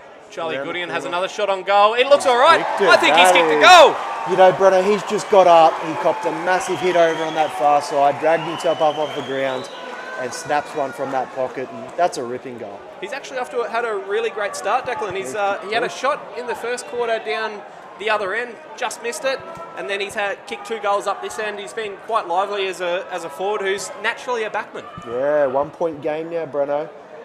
This is a seesawing affair, and I'd say in the last 5 minutes the Dogs have regained ascendancy here. So this last couple of minutes, crucial, particularly this stoppage. You always want to go into halftime with the lead, or you want to go into halftime with this last goal. And I tell you what, this looks ominous. Callaway Parker cops one on the chin there, but no call. Ball spills out on the boot for the Tigers, in deep. Jeeves has got body, over the top. And the ball spills out again. McClay dives on it, doesn't keep his feet. The cannonballs into a Dogs player and keeps his feet. Joel Newman hurt there. He hit him, and Tommy Lyon just clashed with a hip and shoulder very, very hard, and you wouldn't want to be on the end of that. No, I tend to stay away from that sort of contact in my playing days. Some would call me an outside footballer, Brenno. So You got to commend Joel Newman. He's just copped an almighty hit, and he's straight back up, getting ready for this stoppage. he's as tough as they come. But Looks that like one's he's going to have to clearly come hurt off. him. That one's clearly hurt him, and that could be big for the Dogs. That is a dead set holding the ball, and it's been paid. And you know who it was? The man who copped that collision, the human cannonball. He gets the job done. Tommy Lyon. That's what he does. He's got good pressure, he's a great tackler, and he's going to line up to give the Tigers the upper hand. Really, really big news here. Joel Newman coming off the ground after that contest with Tommy Lyon.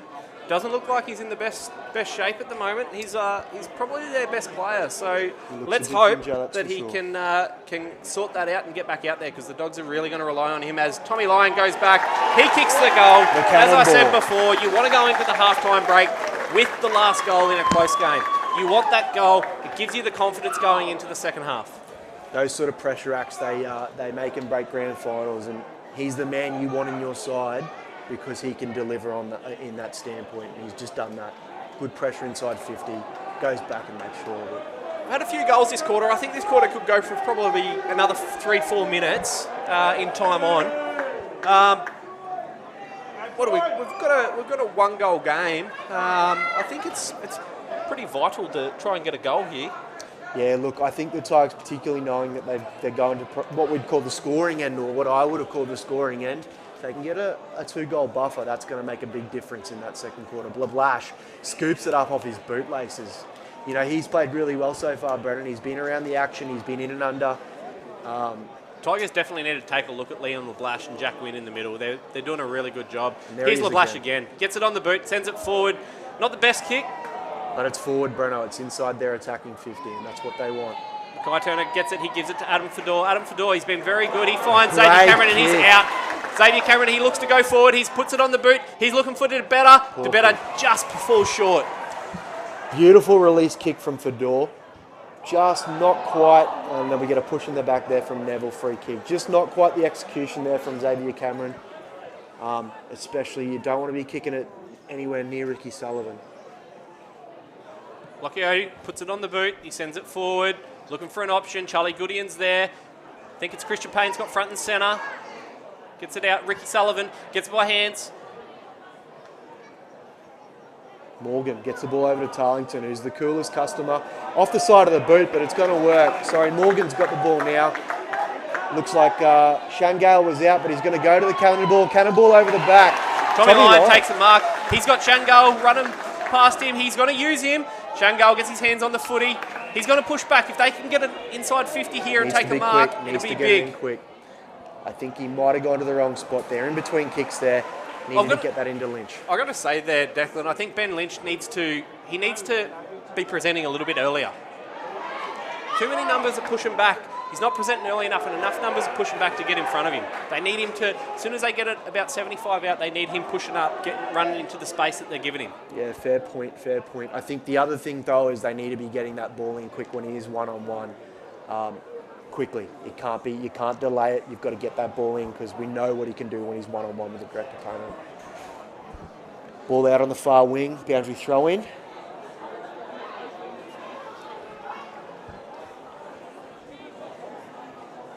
The ball comes in here. We've got Shangal competing in the ruck against Liam LeBlash. He's Looks a like jack we're of all trades, LeBlash. going to get another stoppage here on the far wing.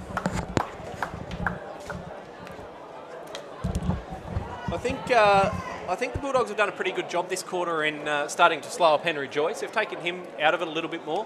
Shangal, he moves the footy forward. They got a free kick out of that. Great intercept mark there taken by Lockie O'Dwyer. Took it off his bootlaces. Goes inside the corridor. It's a dangerous kick, but Pater holding.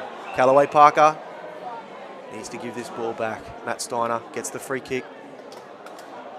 Look to try and Milk a 50-metre penalty out of that one, I think. It's knowing Steiner, he's a former Hermit Park Tigers Premiership player, now playing for the Thurrangower Bulldogs. He's quite a smart footballer. Yeah, very smart footballer. Again, we've got Jack Wynn with footy in hand. He's had a really big day so far today. Yeah, definitely one the Tigers might want to have a bit of a look at going into the second half. Ball goes out, slapped over the line by Lockie O'Dwyer. We'll have another ball up. Can't be too long to go now in this second quarter. It's a one-goal game. Tigers have the advantage, but Dogs will be running with a win next quarter. Ball comes in, Shangal, he's getting pushed out by Matthew Steiner in the ruck there. Steiner's doing a really good job in the ruck, but the Tigers get it out through Henry Joyce. They find Cale Neville, who's been really good so far, puts it on the boot. He sends it forward. They've got options in Josh Andrews, but no, it goes over the back. Here's Ryan Dengies, the one that we said would be good. Gets it on a leash, gets his opponent on the leash and plays very loose, and that's where he's good. And you could see there from that involvement, Breno, even in a situation where there's high pressure, very calm, spots someone up, the siren just beat the Dogs there. So yeah, we're come to half time. Thurrangower Bulldogs 5-4-34 trail the Hermit Park Tigers 6-5-41. Tigers going for their 6th premiership and the Dogs going for their 5th. Can the Dogs even the ledger? We'll find out. We'll be back shortly after a short break.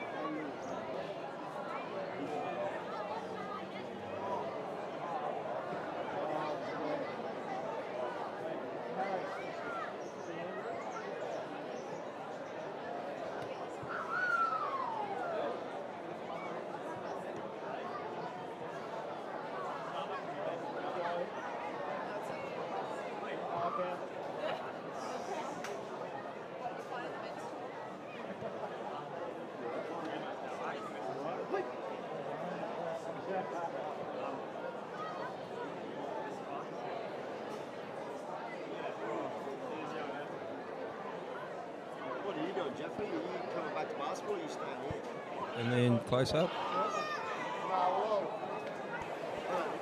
Welcome back to the RMS Engineering and Construction 2022 Men's Grand Final. It's been a fantastic contest so far. It's up and down, Declan. We've seen the Hermit Park Tigers and the Thurungale Bulldogs both have times in play where they look like the dominant side. I think the first quarter certainly belonged to the Thurungale Bulldogs, second quarter belonged to the Hermit Park Tigers. What's your thoughts on that one? Yeah, look, I think it's probably delivered everything we expected. It's a tight game. It's ebbing and flowing a bit. It's a seesawing event, and I think we're seeing pretty quality football. I think the Tigers up by 6, but I don't think the Dogs would be too worried about that. They're a very fit football side, and their game plan's one that if they can control the football, they can kick goals quick. We've got a special guest come into the booth with us for the moment. It's Richie McDonald from RMS Engineering and Construction. He's major sponsor for the AFL Townsville competition and also the Cara Swans. Richie, thanks for joining us. Mate, what's your thoughts on the game so far? Thanks, lads. It's good to be part of a great day here in Townsville. I think you guys have got it pretty close, actually. There's been some ebbs and flows. There's been some momentum swings. I was a little bit under the impression that the Tigers might have ran away with it there in that second quarter. The Bulldogs started really well and just couldn't score. Then the Tigers snuck away a bit, and then there was that momentum change that, I don't know whether it was a reversal free kick against Callaway or what actually happened, but then the Bulldogs piled on those 3 goals, so that really changed the game.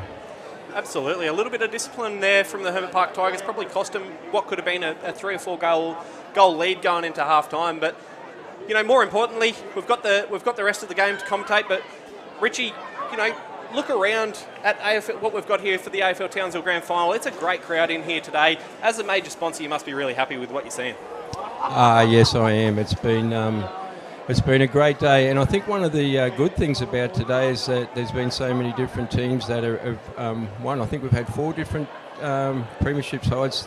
The Suns won the under-12s, the under-14s were won by the, help me out? Northern Beaches Suns. Northern Beaches Suns, yeah, and then the girls, and so we've had a good sprinkling of teams. And in the past, I've got to be honest, it's been the Bulldogs and the Tigers that seem to dominate. But this year it's been shared around, so that's one of the great things about the AFL in Townsville, to try and get some evenness through the competition. So that's been great. And the fact that the cricket was here a couple of weeks ago has got the ground in absolutely great condition. Yeah, it's spectacular. You could just about eat off that. Touching on some of the other grand finals, mate, you'd be very, very happy with how the girls went. Yeah. Look, I'll probably get into a little bit of trouble for saying this, and please don't anybody take it the wrong way, but the girls' standard of footy has come a long way in the last 2 or 3 years. There used to be just, dare I say, the old mongrel punts, but now there's precision with their drop punts. They run on, they handball, they take bounces, and it's great to see the improvement in the girls' competition. And it was great that our girls did get over the line today for back-to-back wins. Yeah, back-to-back, very hard to do, and they played a spectacular style of footy today. So I'm sure there'll be some sore heads tomorrow over at the Cara clubhouse, because they'll be celebrating a big win. Absolutely, and I know I need to be as impartial as what I possibly can be, but we've still got the Rezzies to come, so hopefully they can get over the line and we can go away with 2 wins today. Yeah, massive for the Cara Football Club, and all the best with that second game. No worries. Thanks very much, lads, for having me on and having a chat. Our pleasure. Appreciate it, Rich. Thanks, Richie. Appreciate it, mate. Cheers. Doing a good job on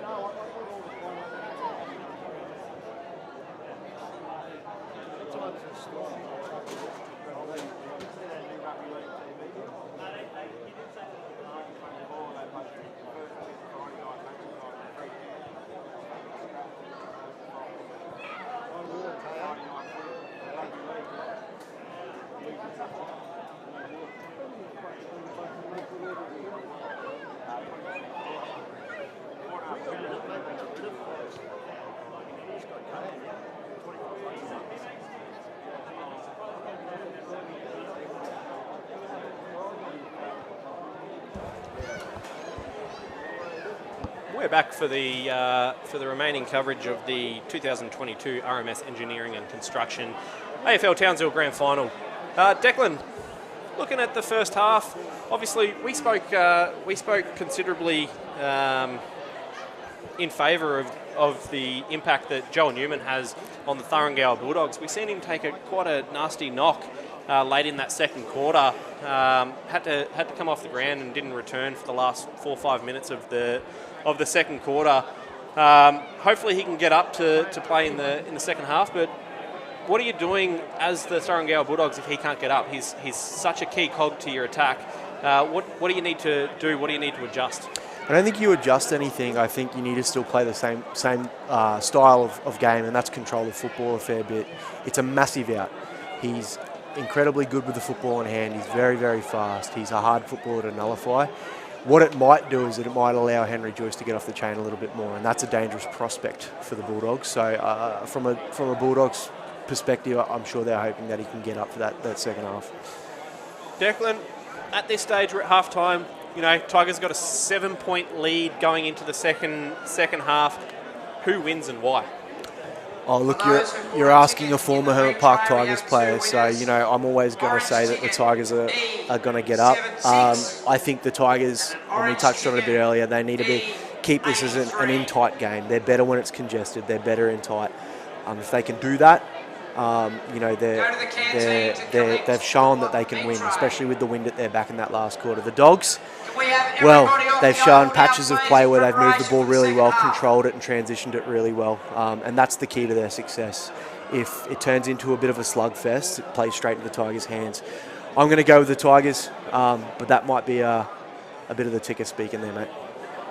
Oh, absolutely, Declan. Completely understand that. You've won 5 premierships for the Hermit Park Tigers in the past. You know, you're going to expect that. I think Joel Newman comes back for the Thurrangower Bulldogs and he can get back to playing at least at, say, 75-80%. I think he's going to play a big part. But I think the difference is going to come down to this third quarter. I think the way that the wind's affecting this game, I think the third quarter is going to be the telling factor. They say it's the championship, it's the premiership quarter. And I think that with the way the score is at the moment, any team that can put on 3 or 4 goals in this quarter could probably walk away with the 2022 premiership. Yeah, absolutely. And I'd say the advantage of being up by 1 kick going into that third quarter with the Tigers is huge, because it means that they're not starting from scratch. They've got a bit of a buffer. If they could get one on the board early against the runner player, against the wind, it could really knock the wind out of the Bulldogs. So, no, I agree. The first 10 minutes is going to be telling of this quarter. You know, this 7-point lead by the Tigers, it's nothing. This game is essentially starting again now. You said it at the start of the second quarter, and I'm going to say it for the start of the third. It's 0 apiece. The difference is not enough to say that there's an outright favourite in this game. I'm going to go with what I think is going to happen, and I personally think that it's probably going to be the team with the win that's going to step up in this third quarter that'll probably get the job done. Yeah, right. So we've got a Bulldogs pick and a Tigers pick. We'll have to play off for a carton, mate. All right, both teams have just run out after their halftime break. They get into a bit of a warm-up and we'll be underway. And it looks like Joel Newman is going to return. He definitely looks a bit gingery out there, but it's fantastic to see that he's returning to the game. He's warming up. Hopefully he gets through this warm-up and he can take his part in the game, because you never want to see a grand final decided by teams losing key players. You want to see them at a full strength from start to finish. Yeah, you want to see best 22 versus best 22. And hopefully we get that here. Hopefully both squads are pulled through that half fit. And we just get a great display of football with the better team getting up. But it'll be interesting to see how he gets going in that first 5 minutes, because, as you said, he does look a little bit ginger still. Declan, I thought in that first quarter that Lockie Clark really stepped up for the Tigers, and Jack Wynn stepped up for the Thurrangower Bulldogs. 2 players that have been pretty dangerous with the footy in hand. Who's going to be the X factor? Who's going to have to step up in the second half? I think what the Tigers need to do is they need to find a way to get Callaway Parker in a bit of space. He, from his standards, he had probably a pretty quiet first half. He's the game breaker. He's the X factor. If the Tigers can get him involved, he's someone who can break this game right open. And I personally think the Bulldogs, if they can get more footy through Hayden Singe, he's a really, really good user of the footy. I think that if they can get the footy through his hands, as well as the Joel Newmans and the Jack Wynns, Lockie O'Dwyer's, well, then that's where they're going to benefit greatly, and that's where I think they have to. That's where I think they get the job done, is by getting the ball into their hands of their best users. Jack Wynn been fantastic. We've mentioned him multiple times during the call. One player that's probably been a little bit quiet today is Ryan Dengies. He's been a key player for them through the final series so far. Hasn't played bad by any standards, but I think he'll be looking to get a lot more footy in this second half. Yeah, and he, as we spoke about earlier, he's got a calming influence for that back line. And what I'd be looking for is him to sort of take this game by the scruff of the neck coming into the Premiership quarter. He's someone who can have big influence as that general from down back.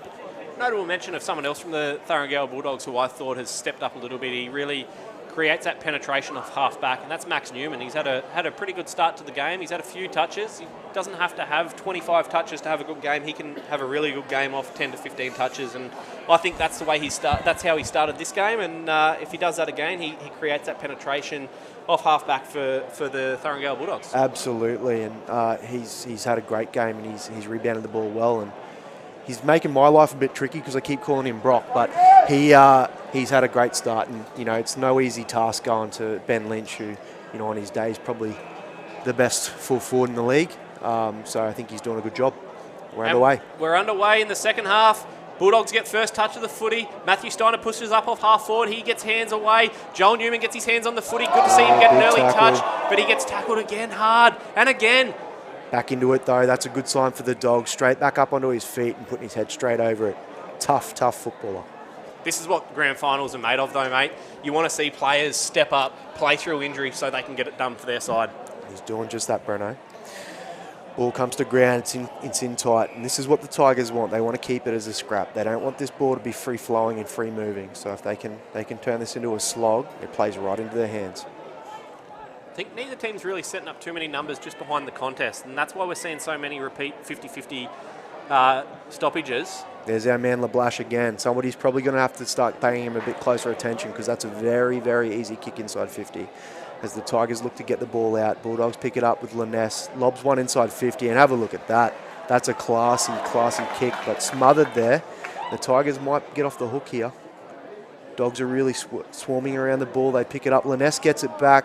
Spears one to Steiner. He's going to walk straight into an open goal, and that's a start. That's a great start by the Thurangale Bulldogs. We mentioned that is the scoring end, and when you've got it, you've got to take the chances and score with it. This is an opportunity now for the Thurangale Bulldogs to try and put a score on the Hermit Park Tigers, because the Hermit Park Tigers are known to chase. They will come home with a wet sail. They will chase. So I know the Thurangale Bulldogs are going to want to try and put a score on here early. Yeah, and look, we spoke about it at the top of the program, but Laness, you can't let him have time to spot someone up, because 9 times out of 10 he's going to do it, and that's in the space of 10 seconds he hits 2 targets. So the Tigers need to be a bit more wary of him. He's a dangerous football player. We've got that Henry Joyce and Jack Wynn matchup that we've been talking about throughout the call. I think either of these two guys can win the footy at will. It's just going to come down to who can stop who. Henry Joyce, a known tagger. Yeah, and he's tagged at the top level too. We're not talking about a bloke who tags, in a Sunday league. This is a guy who tagged at VFL level, so he knows just how to shut someone down if he has to. Matt Steiner gets it out. He finds LeBlash, who finds Wilson. Back to Wynn. Wynn gets it. He sends it forward. He's looking for Goodyean. Goodyean flies. Big spoil. Rory Tarleton comes over with the spoil, and there's Callaway Parker to clean up. He finds Tarleton, who finds Morgan. Morgan's going to push back. He wants to move the footy quickly. He takes a bounce. He's got space down the wing. He's got to be looking forward. Is anyone presenting for him? Yeah, he finds Josh Andrews. Takes a mark. Josh Andrews had a really good game so far. He's presented well up around half forward. He sends it in. Bit of a scrubber of a kick, but looks like it's going to fall to ground. Max Newman picks again. it up. Max Newman uses the footy, Oh, puts it into a dangerous dangerous kick. spot. There's Lockie Clark. Tigers Carl have the Neville. numbers. They just need to get to the ball first, and it looks like that's not going to be the case. Pronkey takes a hit. Carl Neville from outside 50 has a roost on Lynch's head. Great spoil by Newman. Dogs are setting up really well on Lynch. They don't want to let him become the focal point for the Tigers, so they're putting a number just in front of him and manning him up tight. Yes. It's making it tough for Lynch to be able to get it. Is it time to start looking to move Lynch a little bit higher up the ground and maybe putting a small forward down deep forward like a Jason DeBetta, he's had grand finals where he's put the Tigers on his back to go and kick a bag of goals and carry the Tigers home? Yeah, possibly. I think the kicks to Lynch haven't been ideal. They need to be kicking it to body side for him. As soon as you do that, he's probably going to mark it. So, that's an option for them. I think probably going back on that one though, Cal Neville, if he had his time back, might have had a go at goal rather than trying to spot someone up at the top of the square. Certainly got a big enough kick. It's good to see Nick Pronk back on his feet too after that heavy knock that he took before. As we're back underway, Xavier Cameron gets his hands on the footy, but Jack Wynn's there fighting for it. Well, they keep it in. It goes to Henry Joyce, having a bit of trouble picking the ball up, but it looks like LeBlash again. He's really starting to find himself getting a lot of the football now. Cal Neville gets it. Xavier Cameron picks it up, throws it on the boot, and it looks like this one might go out for a throw-in. Just keep an eye on Jack Wynn, Declan. He just took a pretty heavy knock over the sideline there, and he looked a bit groggy getting up. He's been mentioned a lot of times during this call. He's had a really good game. Just keep an eye on his impact moving forward after that heavy knock. Yeah, absolutely. Big contributor for this Bulldogs side, so hopefully he's all right.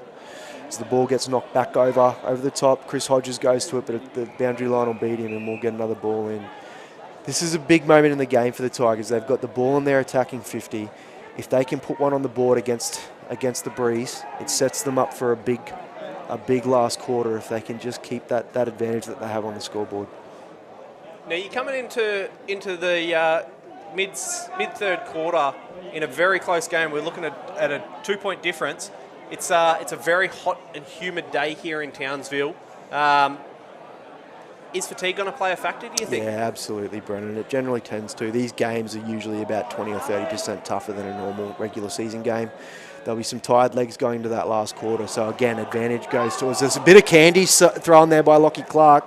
Throws it on the boot, but it'll be tidied up. Advantage is going to definitely be to the person who has the scoreboard advantage. As the cannonball throws himself at the Dogs, but repelled, and they might be out here if the handball hits the mark. He's got space, he's got plenty of space, and he's got numbers ahead of him. He puts it on the boot, he finds Ricky Laness. Ricky Laness can't quite pick it up, but Fedor does. Fedor cleans up very well. He finds Xavier Cameron, who looks to return serve and go back the other way. He can't find Henry Joyce.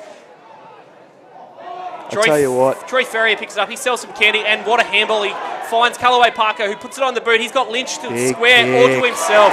That is fantastic football by the Hermit Park Tigers there. I tell you what, that goal needs to be awarded to Fedor. Fedor showed great composure in tight, won the football, released the ball out, and the Tigers were able to link up. And Callaway Parker, beautiful kick, kicked it exactly like I said, kicked the body side of Lynch. He's going to take a mark. You would think Lynch shouldn't have too many dramas kicking this one. As he comes in, this goal could give the Tigers an 8-point advantage here in the third quarter. He nails it. That's his second goal for the day. You can see just how much of an advantage, and I mean, it did help there. Lynch took that grab pretty much uncontested, but when the ball goes to his body side, it just makes it that much tougher. He's a big boy, and he's got sticky mitts. So we get set to come back to the centre for another centre bounce. Just having a look at a few matchups. I'm interested to see who Ryan Dengies is going to, because I know that the Hermit Park Tigers were hoping that he would go to Josh Andrews. And that's exactly what's happened, Brennan. You can see they're marking each other off, so that'll be an intriguing battle. As the ball's won out by the Tigers, handball out to Morgan. Morgan gets it on the boot going forward. Straight down Sullivan's throat, though, and he spills it, unfortunately. Handball goes out. Henry Joyce spots up to better over the top, unfortunately. Daniel Murtha cleaned up by Murtha. Clears the footy. He finds Christian Payne out on the wing on his own. He gives it hands. He finds Joel Newman. Joel Newman gets it away back to Christian Payne, who's wrapped up. Tommy Lyon picks the ball up. I tell you what, the cannonball, that's the third or fourth time now he's given Joel Newman heavy contact with the tackle. I would hate to be Joel Newman's body after this game of football. Absolutely, but going into today's game, he knew that that's the type of game that he was in for. He knew that he was going to be not so much a targeted man, but he knew that it was going to be a physical game for him. It always is against the Tigers. It's the only way that you can really stop him is by by making sure that you're body on body with him, and you got to tackle him hard because he's so strong that he can normally break those tackles. And a 50-metre penalty there, and that's, again, discipline. Against the run of play, the Tigers have the advantage with the ball in their half, and they give away the 50. Really, really disappointing for the Tigers. I'm sure Coach Paddy Andrews wouldn't be too happy with that. They're probably going to be fortunate here that Bulldogs are not going to get an easy inside 50. Kick was sprayed a little bit, but once again, we've got the footy inside. The Bulldogs attacking 50 off an undisciplined 50-metre penalty. Yeah, and then you see Matty Steiner choose to play on and show some silky footwork going around the much more fancied Galloway Parker. Yeah, I don't know if he'll never live that been one his down. strong point, but he's a dominant ball winner. Very dominant and a big. Here's Jack Wynn. addition. He gets the hands out. Great tackle there by Henry Joyce. Jack Wynn gets it back. He wins his own footy again. We get it out. Denji's got Denji's it here. now. He is. He's moving further up the ground. He's trying to use that big boot of his to send it forward. Have they got the numbers? Great no. grab. Mackay Turner. He's been very good down there. Very, very good. He just showed, although we've put the commentator's curse on him because he's just missed a kick. But yeah, he's massive. He's, again, another one who's got very good hands, good awareness of where he needs to be, and he's a very good backman for the Tigers. Going back to Jack Wynn there, second and third efforts, that was just fantastic stuff, and that's what you want out of one of your star midfielders. Ball goes back over the line. We'll have another boundary throw in a crucial moment in this third quarter with the Dogs really wanting to convert on this inside 50. I think they really need to convert on this inside 50, Declan. I think it's a really important time for them to get a goal on the board and just let the Tigers know that they haven't gone away at all. Yeah, and the ball spills out the back. Carl Neville handballs over to Nick Armstrong. Armstrong puts the kick out in space to Morgan, although he's got close company there. And Morgan will take that one over the sideline for a win. We've got another stoppage on the top side wing. See how each team can set up here to generate this inside 50 by the Bulldogs. Whistle blows. As you see, Joel Newman's just come back to the bench kick for to the Dogs. another breather. We'll see if he's all right. Matt Steiner gets the free kick here from the boundary throw-in situation. Comes He'll back in, himself here to kick this. gives it a ride, looks pretty good.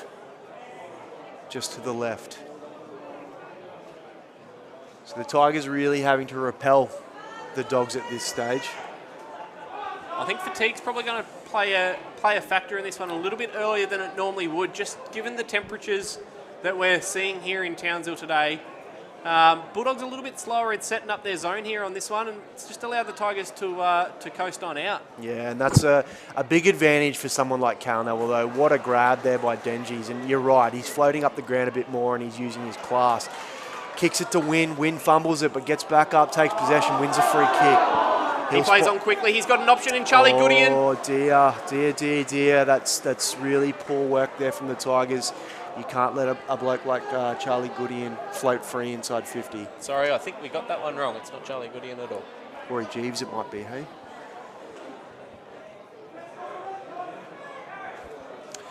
Comes in, gives it a ride. Again to the left though. That one's out on the full. Oh, This is where the Bulldogs really need to set up again, lock it in, and get another attempt at putting this scoreboard pressure on. They're just a little bit slow in setting up here. I think fatigue's definitely starting to set in, and it's going to come down to who's the fittest. yeah, but Jeeves is just setting up behind the ball. Genji's is setting up behind the ball there, and he's just pretty much getting that ball straight back in. I think the Tigers probably need to be thinking a little bit more. That's holding, and Nick Armstrong will win a free kick. They need to be thinking more about trying to control the football here and actually find targets, which Nick Armstrong's going to. He's going to look to find Josh Andrews, and he does. Josh That's Andrews a much has better presented kick. really well up the ground today. I think Yeah. he's really trying to pull Denji's into a position where he has to be accountable, and he's done a really good job so far. As Lockie Clark plays on, has a bounce, gets a kick.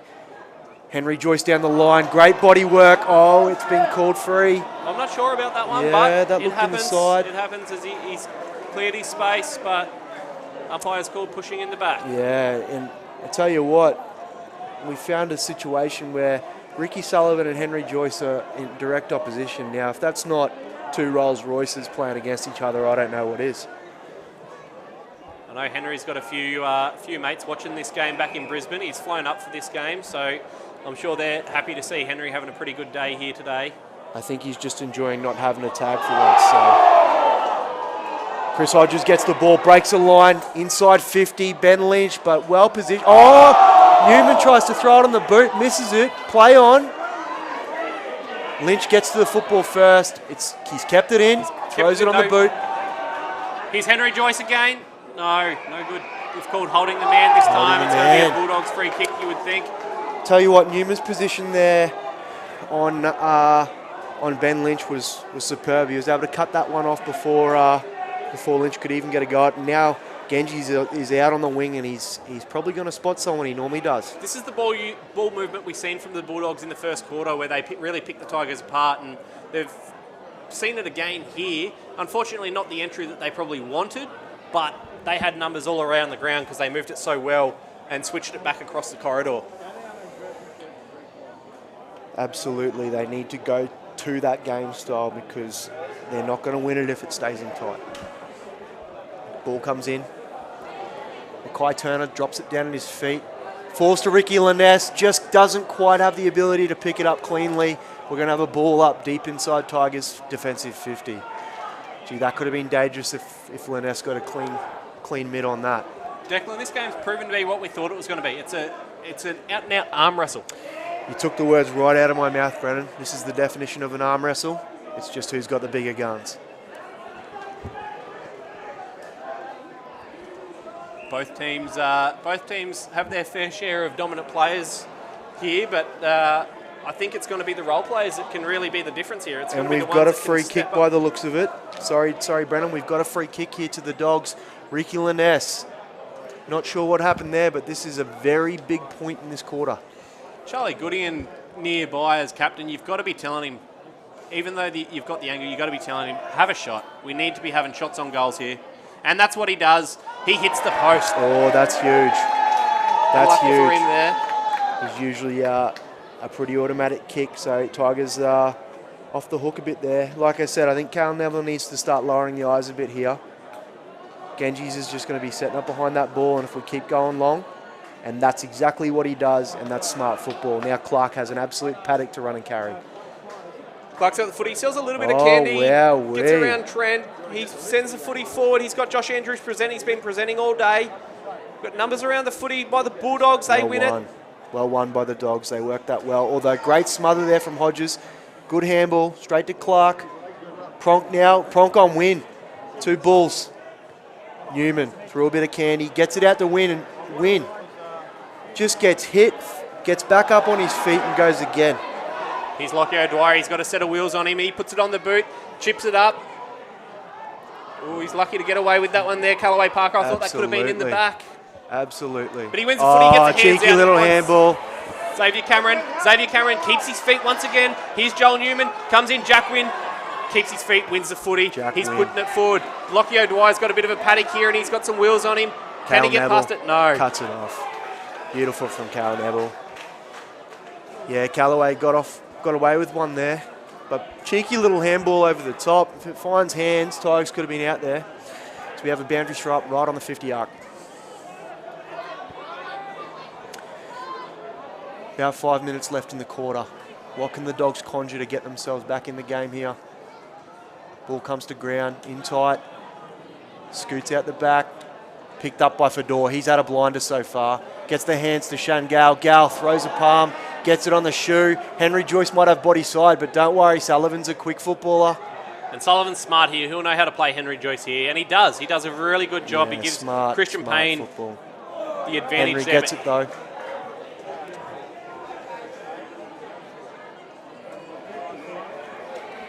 We get another stoppage inside Tigers attacking 50 here, right in front of the scoreboard. Big opportunity, 17 minutes played. Tigers 6 goals, 642 to the Bulldogs 6 goals, 642 to the Tigers 7 goals, 648. It's a 1 goal difference here. We've got a few minutes to play in this third quarter. It's going to be a ripping fourth quarter. Yeah, absolutely, Brennan. And Henry Joyce seems to have come alive a bit in the last couple of minutes. I think that matchup with Sullivan's really spurred him on a touch, and it looks like we might have another stoppage here on that 50 arc on the far side. Ball goes up.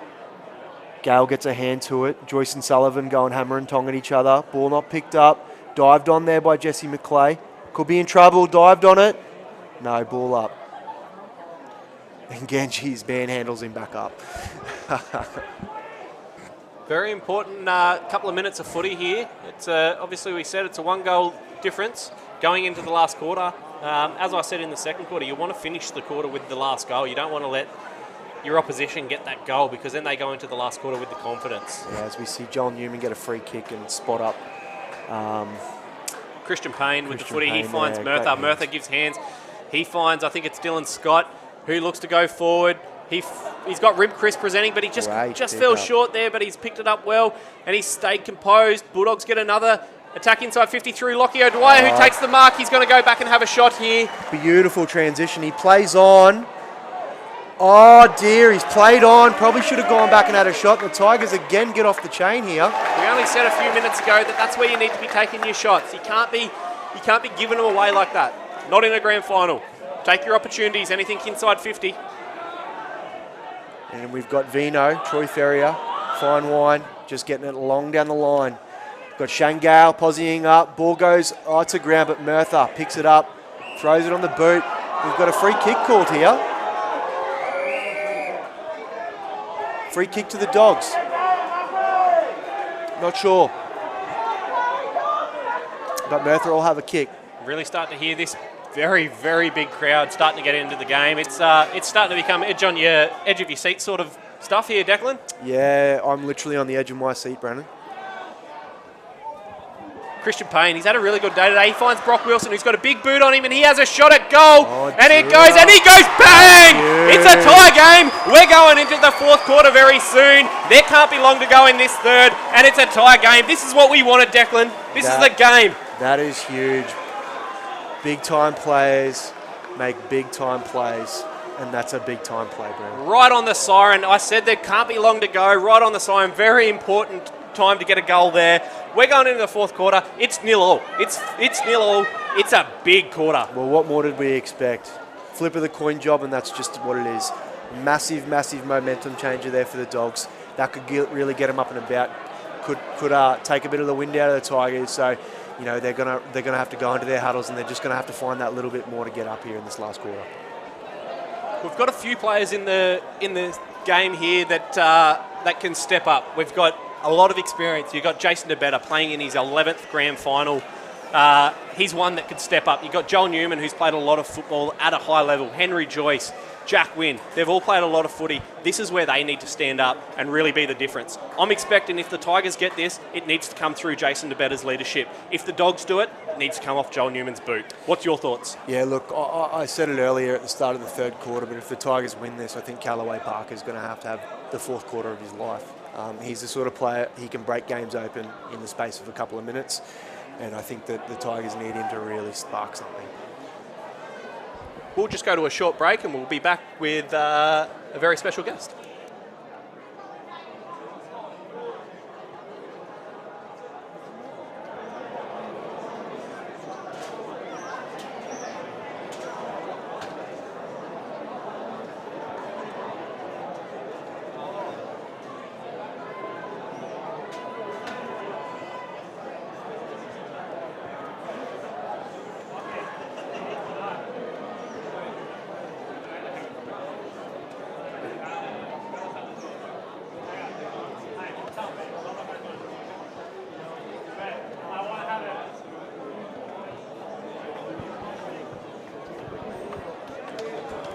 Welcome back to the coverage of the 2022 Townsville AFL Grand Finals. We're absolutely set for a ripping contest here in the fourth quarter, but before we go there, we've got a very special guest, Meg Greenland, coach of the Curra Swans ladies side. Meg, welcome. Congratulations, you've gone back-to-back. You coach both years. I bet you're happy with the result you got today, and you got to play at a prime time slot. You didn't have the last game of the day. You got that early game, so big crowd, lots of emotions in it. How was the feeling out there? Yeah, we're absolutely stoked to have be able to play in the same time slot as we've played all year, so we know how the sun works, we know how the wind's going, all that sort of stuff.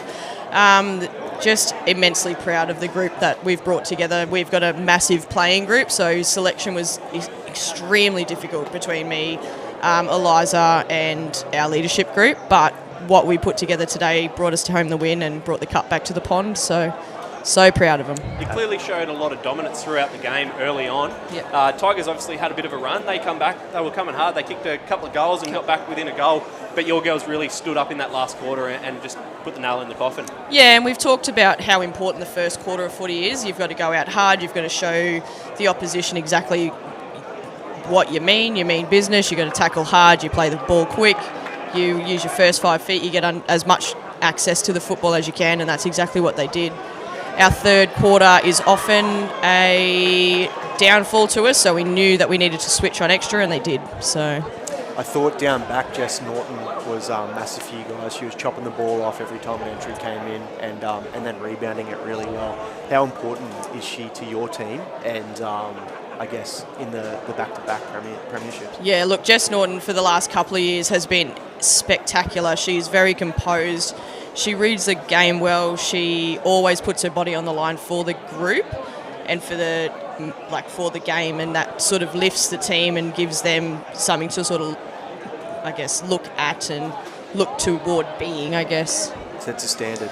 Yeah, she does set a standard, and she is our backline captain, so she is very much in control of the backline, and that showed today. They were slick as. Yeah, they really did play well. Meg, thank you very much for joining us in the commentary booth today. Obviously, congratulations on the Premiership. We spoke earlier on the growth of women's footy here in Townsville, and it's great to see even yourself as a female coach starting to step up and see some real success. So, congratulations and thank you both very much. No, thanks so much. Thanks for okay, Have a great night. We will. Bye.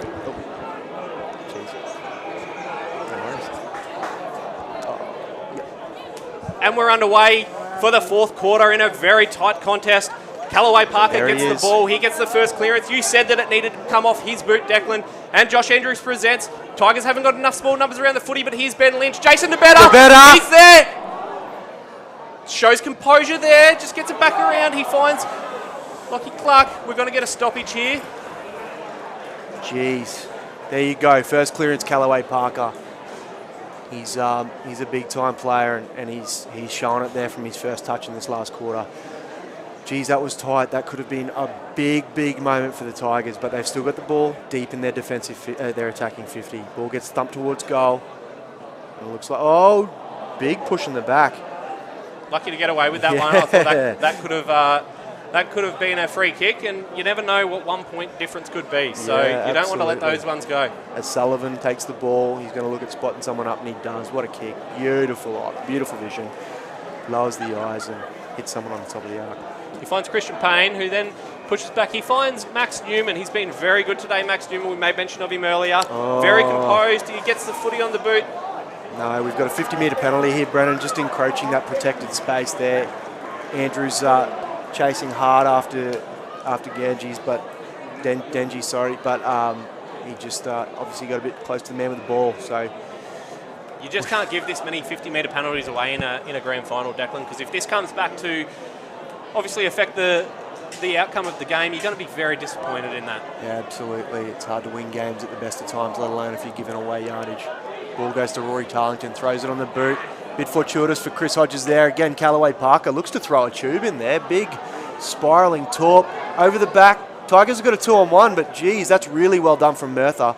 2-on-1, and he finds a way. Morgan then gets the ball, gets the hands out to Andrews, who throws it on the boot. He's DeBetta. He's there. He keeps his feet. Well done. Merthyr goes to ground. DeBetta keeps his feet and he takes the mark. These are the moments that Jason DeBetta loves. Grand finals come around. He loves the spotlight. I said I wouldn't say it, but I'm going to say it. He stands taller than he really is in a grand final. Spots up Clark. You said it at the start of the fourth, but he's a man who can change a game, and that's a big mark. Really well bodied. And then he lowers the eyes and spots up Clark, who still has to kick this from quite an acute angle. Big kick here. You got to back him though. You're inside 50. You got to back him to go back and have the shot. You don't want to mess around with it and turn down an opportunity. And he's had a good game so far. Definitely going to be in contention for the medal, whatever way this game goes.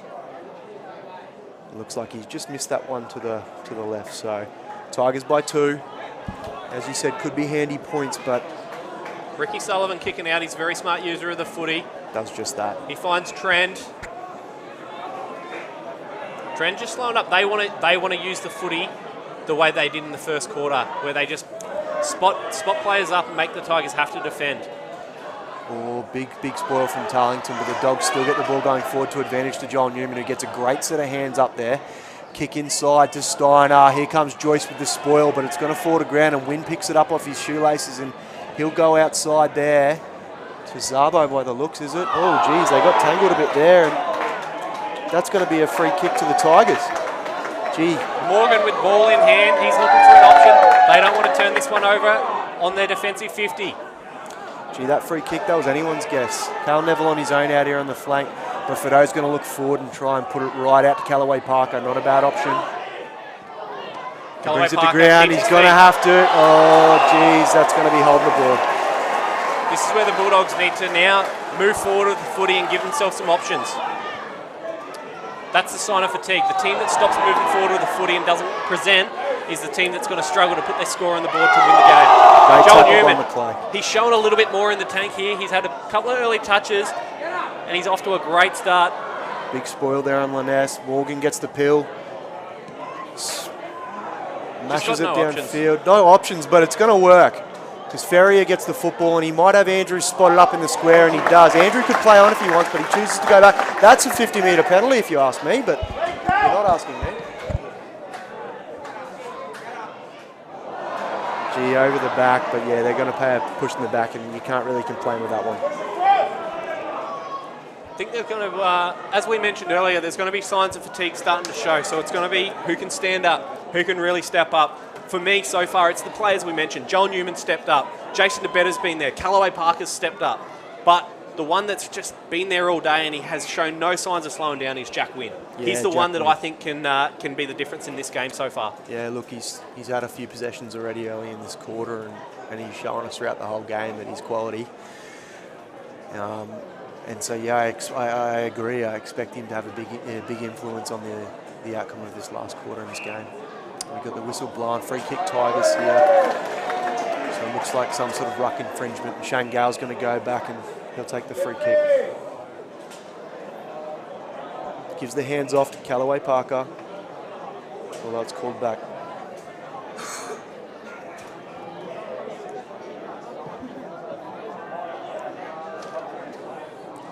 Ball goes inside 50. We've got a free kick that's been paid and no advantage will be paid. Lockie Clark was looking to run into an open goal there, but no advantage. Umpire will bring the ball back. It's actually a free kick to Lockie O'Dwyer. As we said earlier, Declan's just ducked out of the booth for a moment, but as we said earlier, we thought that fatigue could be an issue, and I'm not sure if this is a sign of cramp by, I think it's Chris Hodges, or whether it's an injury, but either way, it's not great for the Tigers. Fedor, once again, he cleans up, he sends it forward, he's got Josh Andrews there in a paddock. Max Newman fights hard, he pushes back, he gets his hands, he tackles him, that's probably going to be holding the ball. No play on, the umpire allows that. Great job by Max Newman there to push back, gets the hands away. I think that's Ricky Sullivan, great user of the footy. He sends it forward, Daniel Morgan cleans up. He's had a great game today, Daniel Morgan. This is where the Tigers just need to slow it down, get used to the footy and try and get that next goal if they want to win. I think if the Bulldogs get the next goal and they go up, they haven't been up for a while. That's a big confidence breaker for the Tigers. Ball deep in the Tigers' attacking half. Wynn gets the pill again. He's going to find a handball out there. And that goes to Adam Bice. Bice then gets the ball on. Oh, it's a trip. Yeah, that's a trip. The cannonball, that's... At the end of the day, that's a professional free kick, realistically, because the Dogs were out there. Not that we want to see that in our game. All right, so Hayden Singe gets the ball. Great user of the footy. He's shown that today. He just probably hasn't been able to get the footy in his hand as much as he'd like to. Here's Steiner. He's had a good game today. And great spoil there by Jesse McQuay. That's huge because the Dogs obviously looking to control the football there from their back half, chip it around. Jesse McQuay, the much smaller man, gets the spoil in, and now we've got a 50-50 ball on the wing. Charlie Bird, they used him in the ruck against Brock Wilson in the first final, and he, as a really undersized ruckman, he did a fantastic job. Looks like they're going back to that. The play gets it on the shoe, but Johnny on the spot again. He gets it going forward, but straight down Carl Neville's throat. Morgan's free in the centre if he wants him. But no, he's going to go to Clark on that far wing. Sullivan closes fast, gets a fist to it. Really good defensive work by Sullivan. One player this guy with the ball, Christian Payne, he's 16, 17 years old. He's shown real composure here today. He's had a fantastic game. Yeah, really good game. I was just about to say the same applies for Rory Tarlington, but that kick was a dangerous one. It puts the Tigers under the pump. Tigers get the ball out. Mackay Turner gets his head over it, gets the hands out. Tarlington now gets a shoe to it, and this is going to go towards Callaway Parker and Brock Wilson. Parker takes not paid, looked to get a fair bit of that, but keeps his feet. Jack Wynn throwing himself at the ball, and Fedor now goes to pick the ball up, and we've got a ball up here on this 50-metre ruck for the Dogs. Game's really stepped it up a notch here, Declan. Seeing a lot more contested footy, a lot more effort stuff. The 1% stuff that you want to see. You want to see that gut running by your teams, and we've just seen lots of it there by the Bulldogs and the Tigers to defend. And we see a Tigers free kicks called now, so the Tigers get a reprieve there. Yeah, absolutely, Breno. It's a real tug of war here. I can just see something against the run of play, or something in which someone breaks a line, really just changing this game. And it just seems like one of those affairs where, somebody pulling something out of nothing could be the difference. With how tight this game is, I think it could come down to the next goal, Declan. I think either way... Cale Neville's been fantastic today. Yeah, he has indeed. And that was a beautiful pick-up. And you know what? That was a very smart kick in the end, because he gets it out inside the Tigers' half. Wasn't a great technical kick, but he did what he needed to achieve, and that's just get the forward down into their attacking 50 scoring zone. To put the pressure on the Dogs. Yeah, it turns it to a 50-50 now, and they'll back themselves to win this. Ball comes in. Josh Andrews gets first use. Gets the hands off to Joyce. Joyce with a little chip kick over the top. Big grab there. Big grab by Ben Lynch. This is a huge kick in the scheme of things. Beautiful work there. Ben Lynch, as we mentioned earlier in the call, he kicked 10 goals in the grand final last year. He knows that the Tigers are riding on that. He knows that the Tigers want him to step up, and this is an opportunity for him to step up. He can show his class by going back and kicking this goal. Yeah, big kick, but beautiful work there by Josh Andrews and Henry Joyce. Combined well to give him this opportunity. Henry Joyce's use of the footy today has been fantastic. He went out of the game for a small patch, but he's certainly starting to come back into it. And just pushes that one to the right, Lynch. The Tigers now have a 3-point advantage. They really want to keep this ball locked in now, so they play a zone. They'll really want to make sure that they shift their zone when this ball moves laterally. Big kick over the top. Callaway Parker, Johnny on the spot. Great grab. He's telling him to stop. He looks like he's points at the sticks. He's going to go back and have a crack.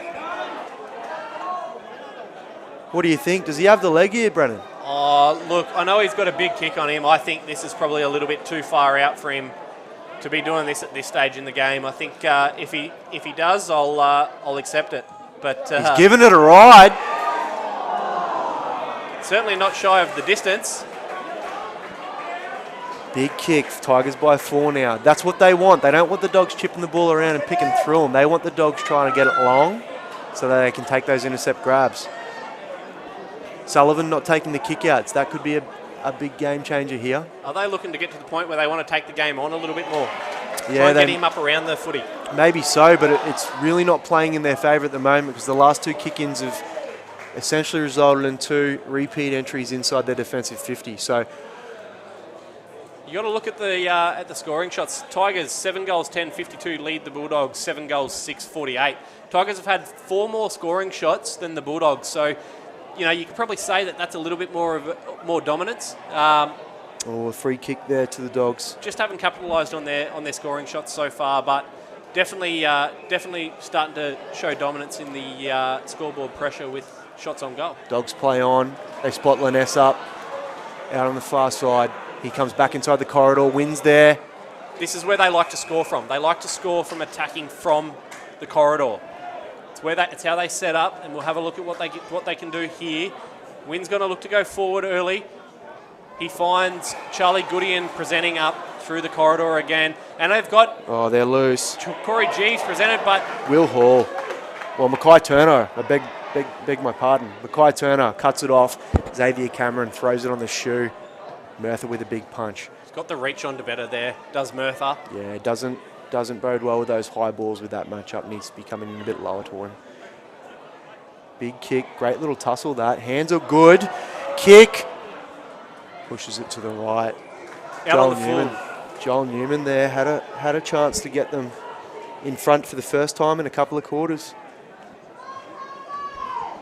This is where the Bulldogs need to push right up, lock it inside 50. The Tigers get another out here and start to spell danger signs for the Bulldogs.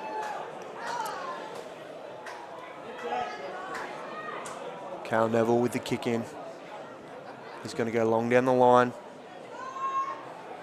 And spots up out on the far side, Troy Ferrier. Very smart user of the footy here. He knows that he can't afford to turn this one over. He's going to get it down the line. He's got Ben Lynch leading up over the back. Henry Joyce crumbs the ball. Oh, don't know how he got rid of that. And neither does the umpire, and he's going to pay holding the ball. No advantage played. Oh, the advantage was played. So we're going to have a boundary throw in on the far side. This is where it gets dangerous for the Tigers. If the Bulldogs can put a goal on the board here, it's where it starts to put the danger back on the Tigers, because time is starting to tick away. We've played 14 and a half minutes in this fourth quarter. I'm not sure that there's more than a goal left in this. I think it's one more goal. Yeah, look, I think you just have to think the next goal is going to have a supreme amount of advantage, and that bodes well for the Dogs because they're in attacking position. Ball spills inside 50. Cal Neville scoops it up, throws it on the Cameron's shoe. got a paddock, but Lockie O'Dwyer's coming in. He's got the pace. Here's the cannonball, Tommy Lyon. He looks around. Has he got an option? He puts it on the boot. He kicks to grass. But the Bulldogs have got the numbers here, but we've got to get a stoppage. That's a win for the Tigers because they did not have the numbers there. The human cannonball. He's coming to the bench for a well-earned spell, and to have the ball as a 50-50 on the wing after being deep inside your defensive 50 is a huge win. Tigers have got no numbers around the contest here, but they've got the dominant ruckman. Oh, dearie me. The ball goes to ground. The Dogs had a chance there. Spills out. Dylan Scott gives the hands away. Ganges gets the ball out. You can see fatigue's really starting to play a factor here. There's numbers not getting to the fall of the footy. Callaway Parker heavily tackled there. Oh, I think he was tackled without the ball there. They're going to play on. Geez, Zabo plays on. Paid, and Steiner takes a mark. Oh, no. Will Hall picks it up. Well, they're going to pay a free kick, though. Coming to the way of huge call. Corey Jeeves. Huge call here. Matt Steiner has a chance to put the Bulldogs in front for the first time since the second quarter. I've seen Matthew Steiner go back from here, and I've seen him go and kick 3 straight, but then I've also seen him kick these ones out on the full. His kick can let him down at times, but he's a big game player. I'm backing him to have a shot on this one and kick it. I think he kicks this one. Rocks and diamonds, rocks and diamonds. Gives it a ride. Looks like it's got the legs. Fist there. And he's kicked it. He's kicked the goal. Checks with the umpire. I think she's happy with it. We're going to get a goal here. They're conferring. Yeah, we've got a goal. We've got a goal. Matt Steiner. The Thurangale Bulldogs take the lead for the first time since the first quarter. We've played 16 and a half minutes in this game, and that's the first goal of this quarter. There can't be too much time on that's going to be played. I think it's now danger time for the Tigers. Yeah, big time. And this is where they need to win this clearance. And they've got the big guns in there. Henry Joyce, we've got Callaway Parker, Nick Pronk, and Shangale. This is do or die. They need this one. They need to get it in. They need to kick a goal. Big clearance coming here. We've got all the guns in there. We've got Pronk, Henry Joyce, Jack Wynn, Brock Wilson. They're all there. And we're underway for the last few minutes of the game. Henry Joyce gets the clearance. He's the one that you said. Throws it on his shoe. Ferry is after it. Oh, jeez. Jeez, I'm not sure what that was for. Coming in at time on very shortly. This is now danger signs. This is where if the Bulldogs can get that passage of play that they had in the first quarter, they can soak up a minute and a half of the clock. Tigers need just to start by using finding the footy. one. Tigers need to start finding one because the Dogs are just going to try and really slow this clock right down, and they're doing a pretty good job of it at the moment. O'Dwyer's just come back on the field. There's the There's siren. the siren. The Bulldogs have won the Premiership in 2022. There was only one goal in the fourth quarter.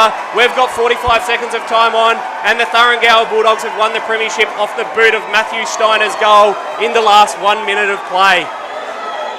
Congratulations to the Thuringowa Bulldogs, 2022 Premiers.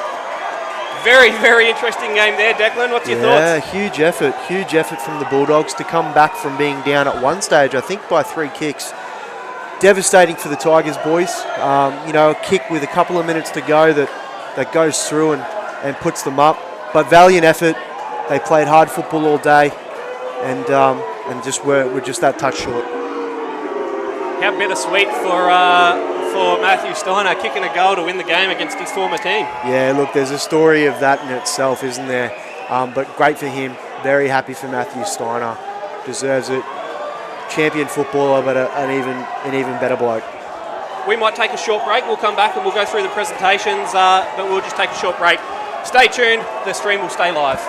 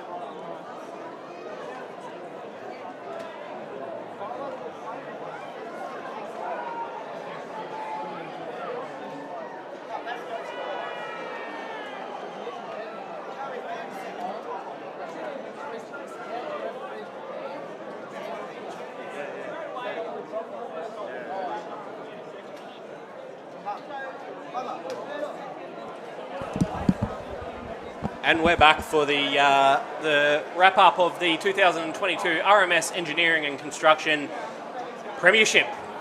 Well, what a finish we've had there, Declan.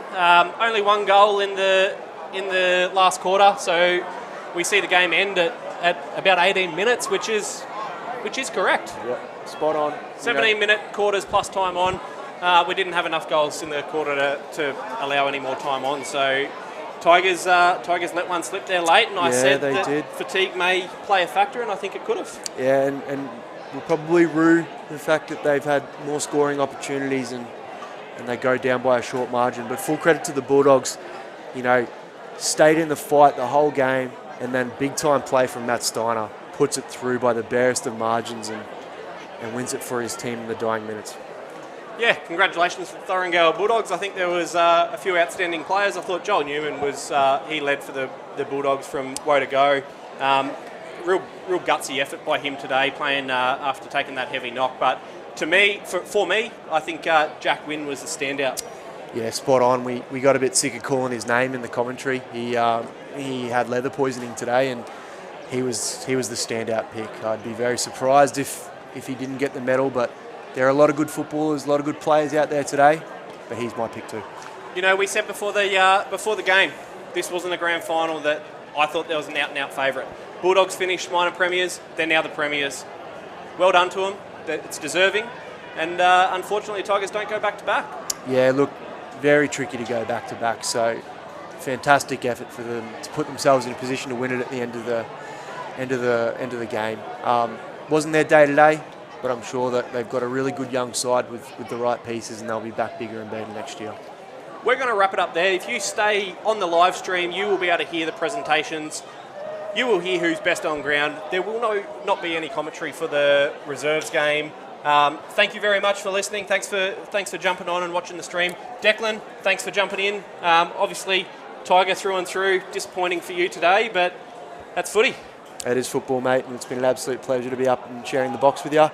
And yeah, all I can say is full credit to the Bulldogs. Well deserved. Congratulations, and yeah, Tigers are just going to have to come back next year. No worries. Thank you very much.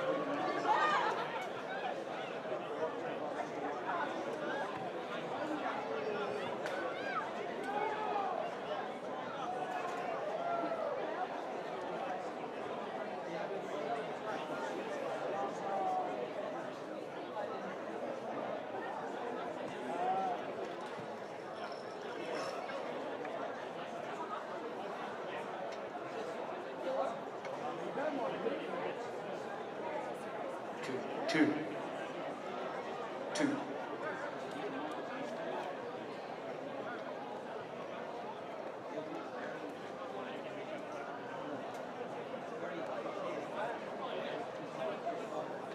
Good afternoon. On behalf of AFL Queensland and our senior naming rights partner RMS Engineering, it's my absolute pleasure to welcome you here to Riverway Stadium for our grand final presentation ceremony. What an absolute cracking contest. Both teams need to take their hat off. That was outstanding, the way you played that game. Played in good spirit. Congratulations to the Bulldogs, they hung tough. Well done. Commiserations to the Tigers. I'm sure it's not the last time we'll see these two great clubs here in the Senior Men's Grand Final. To assist with our presentations, would you please join me in welcoming the Managing Director of our naming rights partner, RMS Engineering, Richard McDonald, and Hayden Butler, who will present the Best On Ground medal in honour of his late father, Rico Butler, who was a Garbutt Magpies legend. I'll now ask Richard if he'd make his way to the stage. We'd like to present our umpires with a grand final medal, which not only recognises their performance today and selection, but throughout the course of the year. It's a thankless job. Without them, we don't have a game. I'll start off with our field umpires. Greg Malone.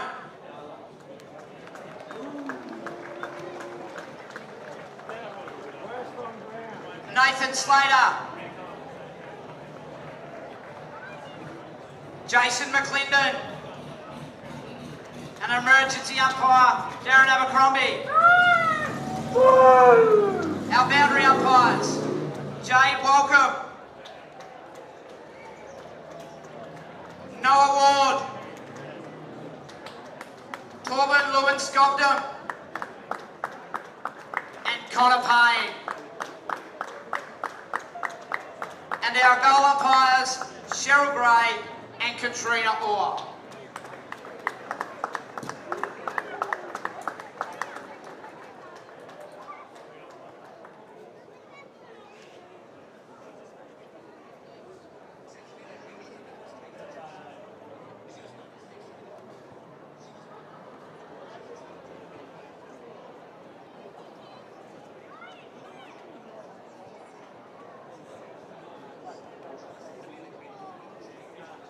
Please put your hands together for our umpires. Thank you very much.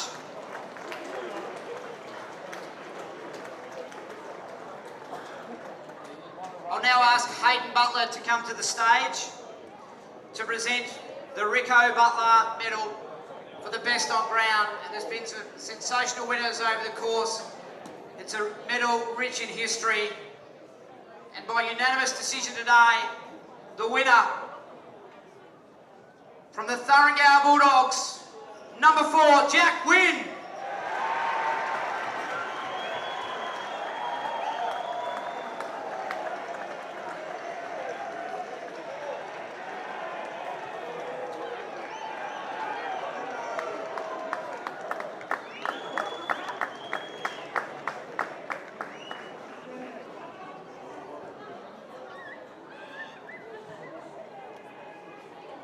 Congratulations, mate, well done, and thanks.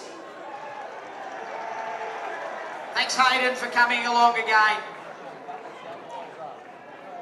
I'll now ask Herbert Park coach Darren Andrews to come forward and say a few words on behalf of his Tigers. Please put your hands together for Paddy.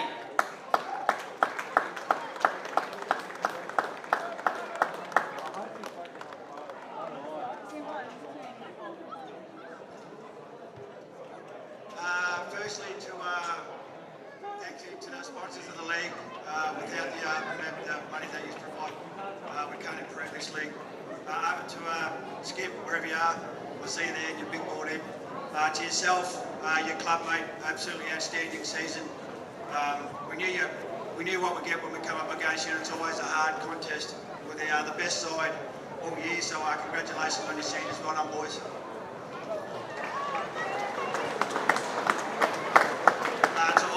Park supporters sitting up there in the crowd. This is it's a hard one to swallow. I look at the faces on my team over there, and it's really hard bit of pills to swallow. But once again, we'll go back. We'll lick our wounds, and we'll come back bigger and better than next year. So congratulations again, Skip. Well done to our boys. Like I said, we'll hang around, we'll get together, and we'll go back and enjoy our club room. So thank you to everyone, and thanks, Gibbo. Thanks, Paddy. Put your hands together for Darren Andrews, ladies and gentlemen. I'll now ask Richard to come back with the match ball and Premiership medal.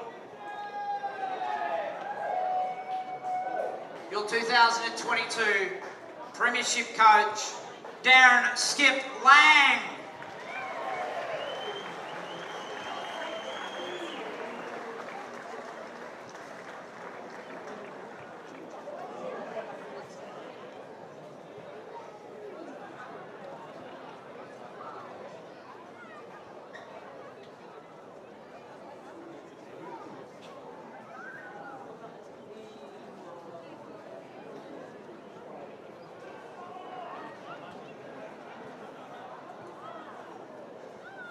Yeah, thanks very much to the Tigers, Paddy. Great season. We knew we were in for a challenge today. You never go away as a club with that, so outstanding effort again for you guys. And yeah, I'm sure you'll be back for better and bigger things next year. To Thurringau Bulldogs, thank you very much for the opportunity to coach this great side. I've had a ball. Been a lot of hard work, but it paid off. This year, and just to show the grit and determination in that game there to get across the line, I couldn't be prouder. A lot of people I'd like to thank, but I'll thank them when I can get them, our sponsors of course and that, but for me personally, it's hard to be up here without the support of my wife Penny, so thank you very much for your effort and backing me this year. To Hughesy, you're a legend, mate. Couldn't have done it without you. We're going to play golf now. And one more thing. This is to you, my brother. I love you, mate. Miss you. Put your hands together for our Premiership. Well done, mate. Our Premiership coach, Darren Lang. Richard, if you'd like to come back, it's time to present our champions with their medals. And we'll start off with number 1, Jack Livingston.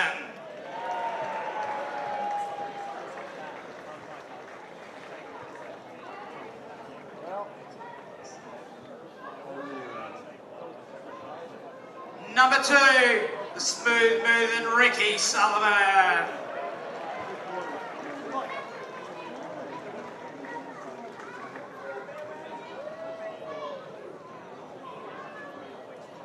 Number 3, Adam Bice.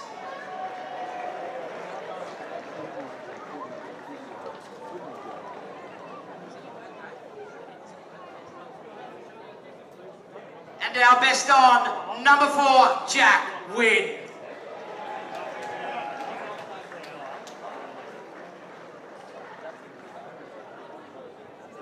Number 8, Daniel Murtha.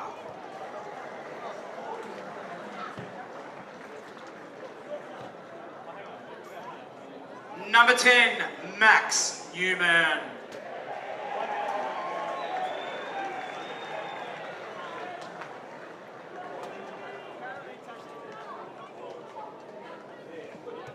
And his brother in number 11, Joel Newman.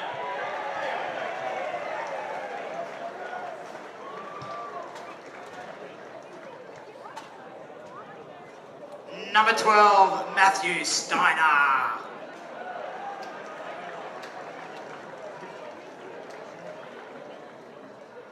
Number 14, Matthew Trend. Black jeans.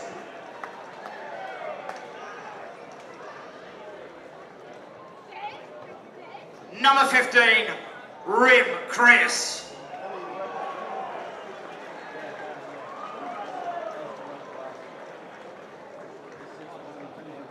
Number 17, Corey Jeeves.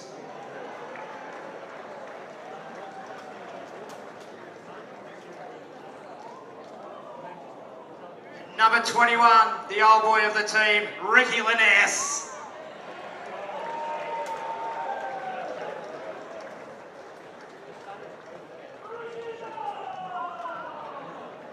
Number 22, Brock Wilson.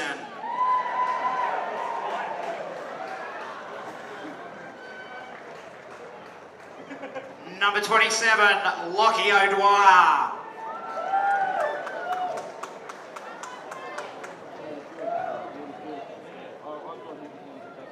Number 28, Dylan Scott.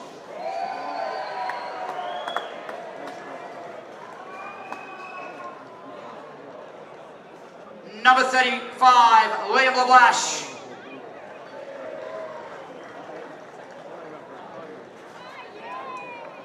Number 40, Cody Evans.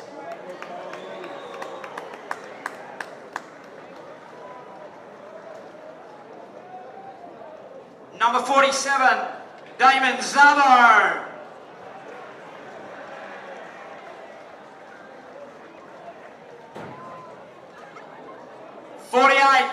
Hayden Singh.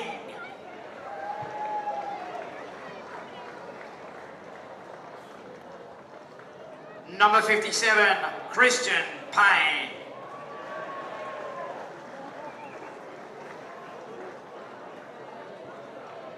Number 59, Ryan Denges.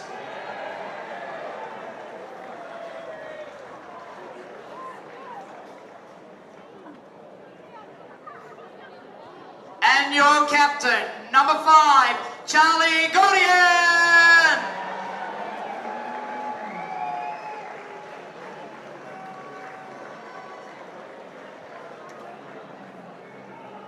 Stay there, Charlie. I'll invite Skip up. Richie, if we can get the Premiership Cup and the pennant. Ladies and gentlemen, your 2002 RMS Senior Premiers, the Thurangara Bulldogs!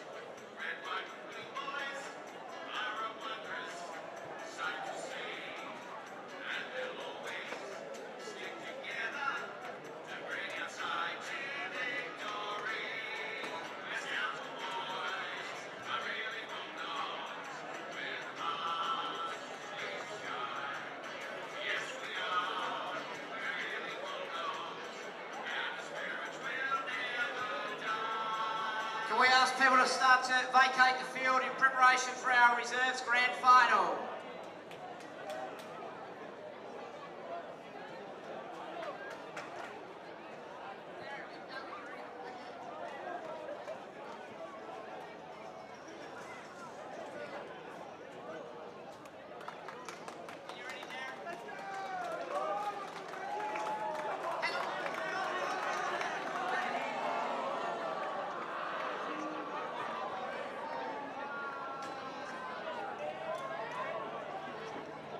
Please welcome to the field our